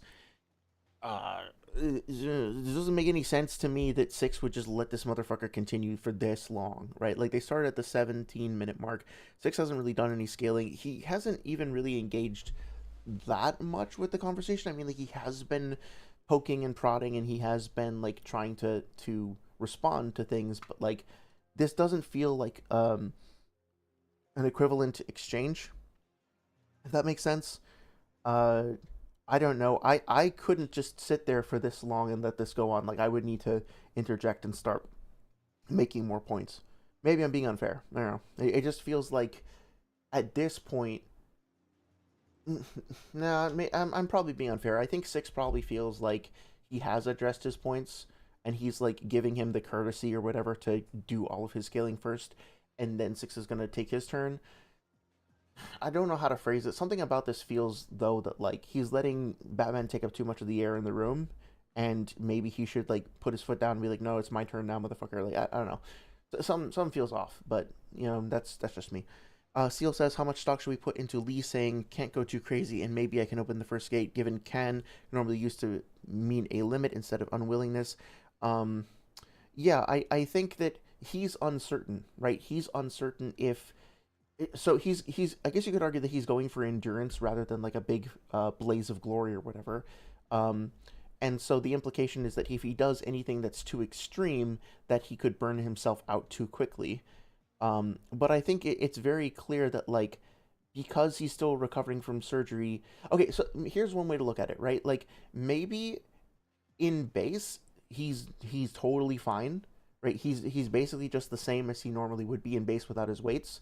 But because he's recovering from surgery, he can't use the gates without incurring, like, an unreasonable amount of risk, where the risk outweighs the potential reward, because the gates specifically are way too hard on his body. So, like, maybe you could argue that, like, on the outside, right, he's able to do all the stuff that he would normally be able to do, but the gates are just pushing it too far. I do think the language that he's using, and this could be a case for looking at the Japanese too, but I think what he's saying here is, like, I really can't push myself too far at all because my body isn't healed yet. If he does, his body will just, like, break apart. And yeah, I can maybe open one of the gates if it's just the first one. And then he again says just Kaima on the gate of opening, right? So it's, like, very clearly, even if his stats are higher, he doesn't think he can open any of the further gates without it being super risky and potentially just, like, ruining his body. So it's not a matter of, like, risk versus reward. It's a matter of, like, no, this will actually kill me. I will just die, right? He's not even saying, like, hey, I know I just recovered, but maybe if I push myself, I can just go through surgery again. He's like, no, I'm gonna fucking die if I do this, right? So, yeah. I hope that answers your question. Saria says, the evidence is in the pudding. Mio hates pudding. Oh, God, yeah. So, like, when I was recovering from my surgery, I think I mentioned this before, but, like, I had to take iron supplements and a couple other things, a bunch of other things, actually. And I, at the time, had a really, really strong gag reflex, and I, like, couldn't swallow medicine, just, like, categorically. but they like I also couldn't chew iron supplements. So basically, like a little baby, the nurses and shit at the hospital would like grind up the pills and mix it into this little chocolate pudding. And I really hated the chocolate pudding, but hey, it helped me keep the shit down and it got me through surgery. So, and however much you hate chocolate pudding, try crushing up like two big ass horse pills worth of iron supplements in your mouth and then try the pudding again. I guarantee you it'll taste better by comparison, unless you're a fucking vampire, in which case, never mind. But yeah. Seal says, issue is that Seal says, issue is that even could use it, but too risky because of surgery. Still shows him being nerfed by the surgery, which goes against Six's argument that he was amped by it. Yeah, I'm playing devil's advocate a little bit. I'm trying to look for like, okay, being fair, like what's a way that we can try and make everybody happy and find the middle ground. But yeah, personally, I agree. I think that Lee is almost certainly less than base because of his surgery recovery thing. I hope that makes sense. I think I'm losing my stamina a little bit. I'll try to go for a little bit longer though, but probably going to be wrapping up within the next 15 minutes or half an hour or whatnot. Real quick, Kenrock, I don't, because I think he just basically repeated himself. You're not going to require me to like respond to that again, right? I think I've already responded to all of it. If you think there's something I didn't respond to, I would want you to let me know. No, I'd let you know. I'm keeping notes on all the major points and everything. I can let you on the note points if you really want to know. No. I'm just making sure like everything's clear for you before we move on, because you've never judged any of my debates before, so I don't know. Well, hang on. I'm going to interject here. The judge is not here to help you, Six. He's just here to judge and say that was me. That was me helping him. Okay, no. You're literally asking him. You literally said, "Oh, if you didn't think I responded, or you think I need to respond, can you let me know about?" Like, no. That's not how that fucking works. If you think you got it and you addressed all the points or the arguments and so on and so forth from where we Batman, he needs my responses to do his judgment. Yeah, so I agree with Batman here again. Like, I understand that in order to be an effective judge, the judge has to understand the rules of engagement and has to understand the context of the speakers or whatever. But at the same point, once you've committed to your judge, it's really weird to be stopping the debate and asking the judge if you did a good job. Like, and then to try and flip that around and being like, okay, I'm actually helping him. I'm helping him. That's something you have to deal with before the debate. And if you can't be confident in your judge and your moderator's ability to run the show, then just postpone the fucking debate, right? Like, I know that people's schedules can be complicated and stuff like that, but frankly, this community, like, we need moderation and we need impartial. If we're going to even bother having a competitive style debate in the first place, which I don't even know if it's necessary, but if we want to do this, right, then we should abide by some kind of agreed upon standards of sportsmanship, and that should include somebody who is in the position of being a moderator and or judge that is going to be impartial and only interacting with the debaters for purely like logistical things. And I think Six maybe thinks that that is what his comment counts as a logistical thing, as a housekeeping thing.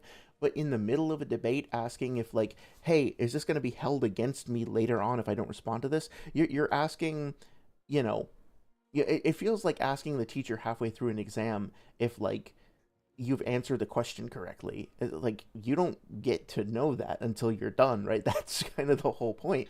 Now, after the exam, you can say, hey, teacher, I think I got this one wrong. What was the right answer? Did I do a good job? Can I do better in the future? That's fine, but not during the test. And if another person in the classroom calls you out and says like, hey, you can't ask the fucking teacher for help, then yeah. I mean, obviously there are exceptions, like if something is unclear or whatever, but that's not what we're talking about here.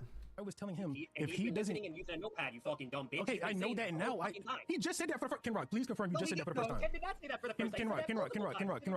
Hold on, let's just ask him. Let's ask him. Kenrock. Hold on, let's just ask him. Towards the beginning of the debate that I was it when I was deafened? Was it when I was deafened? Oh my god. I mean, it's possible. No, but he did say it like one time ago. He said that during the debate. You just don't pay attention. But anyways, we can move forward. So let's keep moving forward. I don't have all day. Yeah, okay.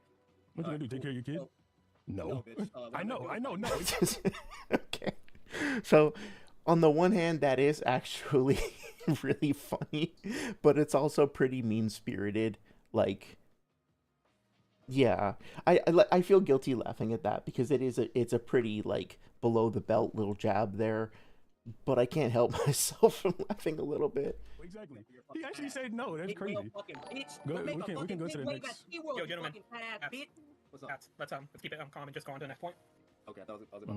Okay, cool. Oh, you're fine. So I think actually this is probably a good place to pause for now. I have some time codes that I've written down for other things to talk about. So if you guys want to do I feel like most of this debate so far I was on Batman's side, and then I think that very quickly there's a certain point around the 107 110 minute arc where mark, excuse me, not arc, where I flipped and I'm like, okay, enough of this, right? And I kind of sided with Six in the end. So if you want to do a part two on Sunday, we can. And what I'll do is I'll listen through the rest of the debate between now and then. I should have the time to do that, and then I can mark down like fucking, sorry, I'm blanking again, my brain. I can mark down like specific points to talk about, because if we go bit by bit like this for the whole thing, it's gonna take us like a month or two. So I'll just like do the highlights and see if I can highlight specific arguments. But yeah, ironically, I think that for the first part of this debate, Batman did really well. I think that Six probably would have done better if he was paying attention, more than just like focusing on the game. But I don't know. I've had like I also understand the value. Wow, that was a cursed noise. I understand the value of having like a background activity or something to do with your hands, when you're in a long conversation. So like, no judgment or anything, but at the same time, it's like, maybe a little bit more focus would have helped him be more effective on the offensive, if that makes sense. But yeah, let me catch up on chat real quick. But thank you so much, regardless, for joining us this evening. It's been a great, fun conversation. Where's that other dude? Dollar Boy. I don't know if you're still around, but yeah, like, feel free to leave me a comment or join the Discord if you feel like talking about the Universal stuff. We can either chat directly on Discord about it, which might be easier, or we could do another stream. I will say though, I have done a bunch of streams on Universal Naruto, and they're all in the live section, so I know it's kind of a lot to ask you to fucking go through tens of hours of content, but it's there if you want it. Yeah, bit by bit I'm falling under your spell. Oh, how delightful. Nice little poetic sentiment to end the evening on. Yeah, I've had fun as well. I'm glad you had fun too. Sorry, I said I've been enjoying doing astrophysics analysis of Marvel cosmic stuff in the MCU. I'd love to hear more about that too. Yeah, so I think that's it. I think this is a good place to end. Thank you again, everybody. Have a great rest of your week, and I'll see you all on Sunday. Bye-bye.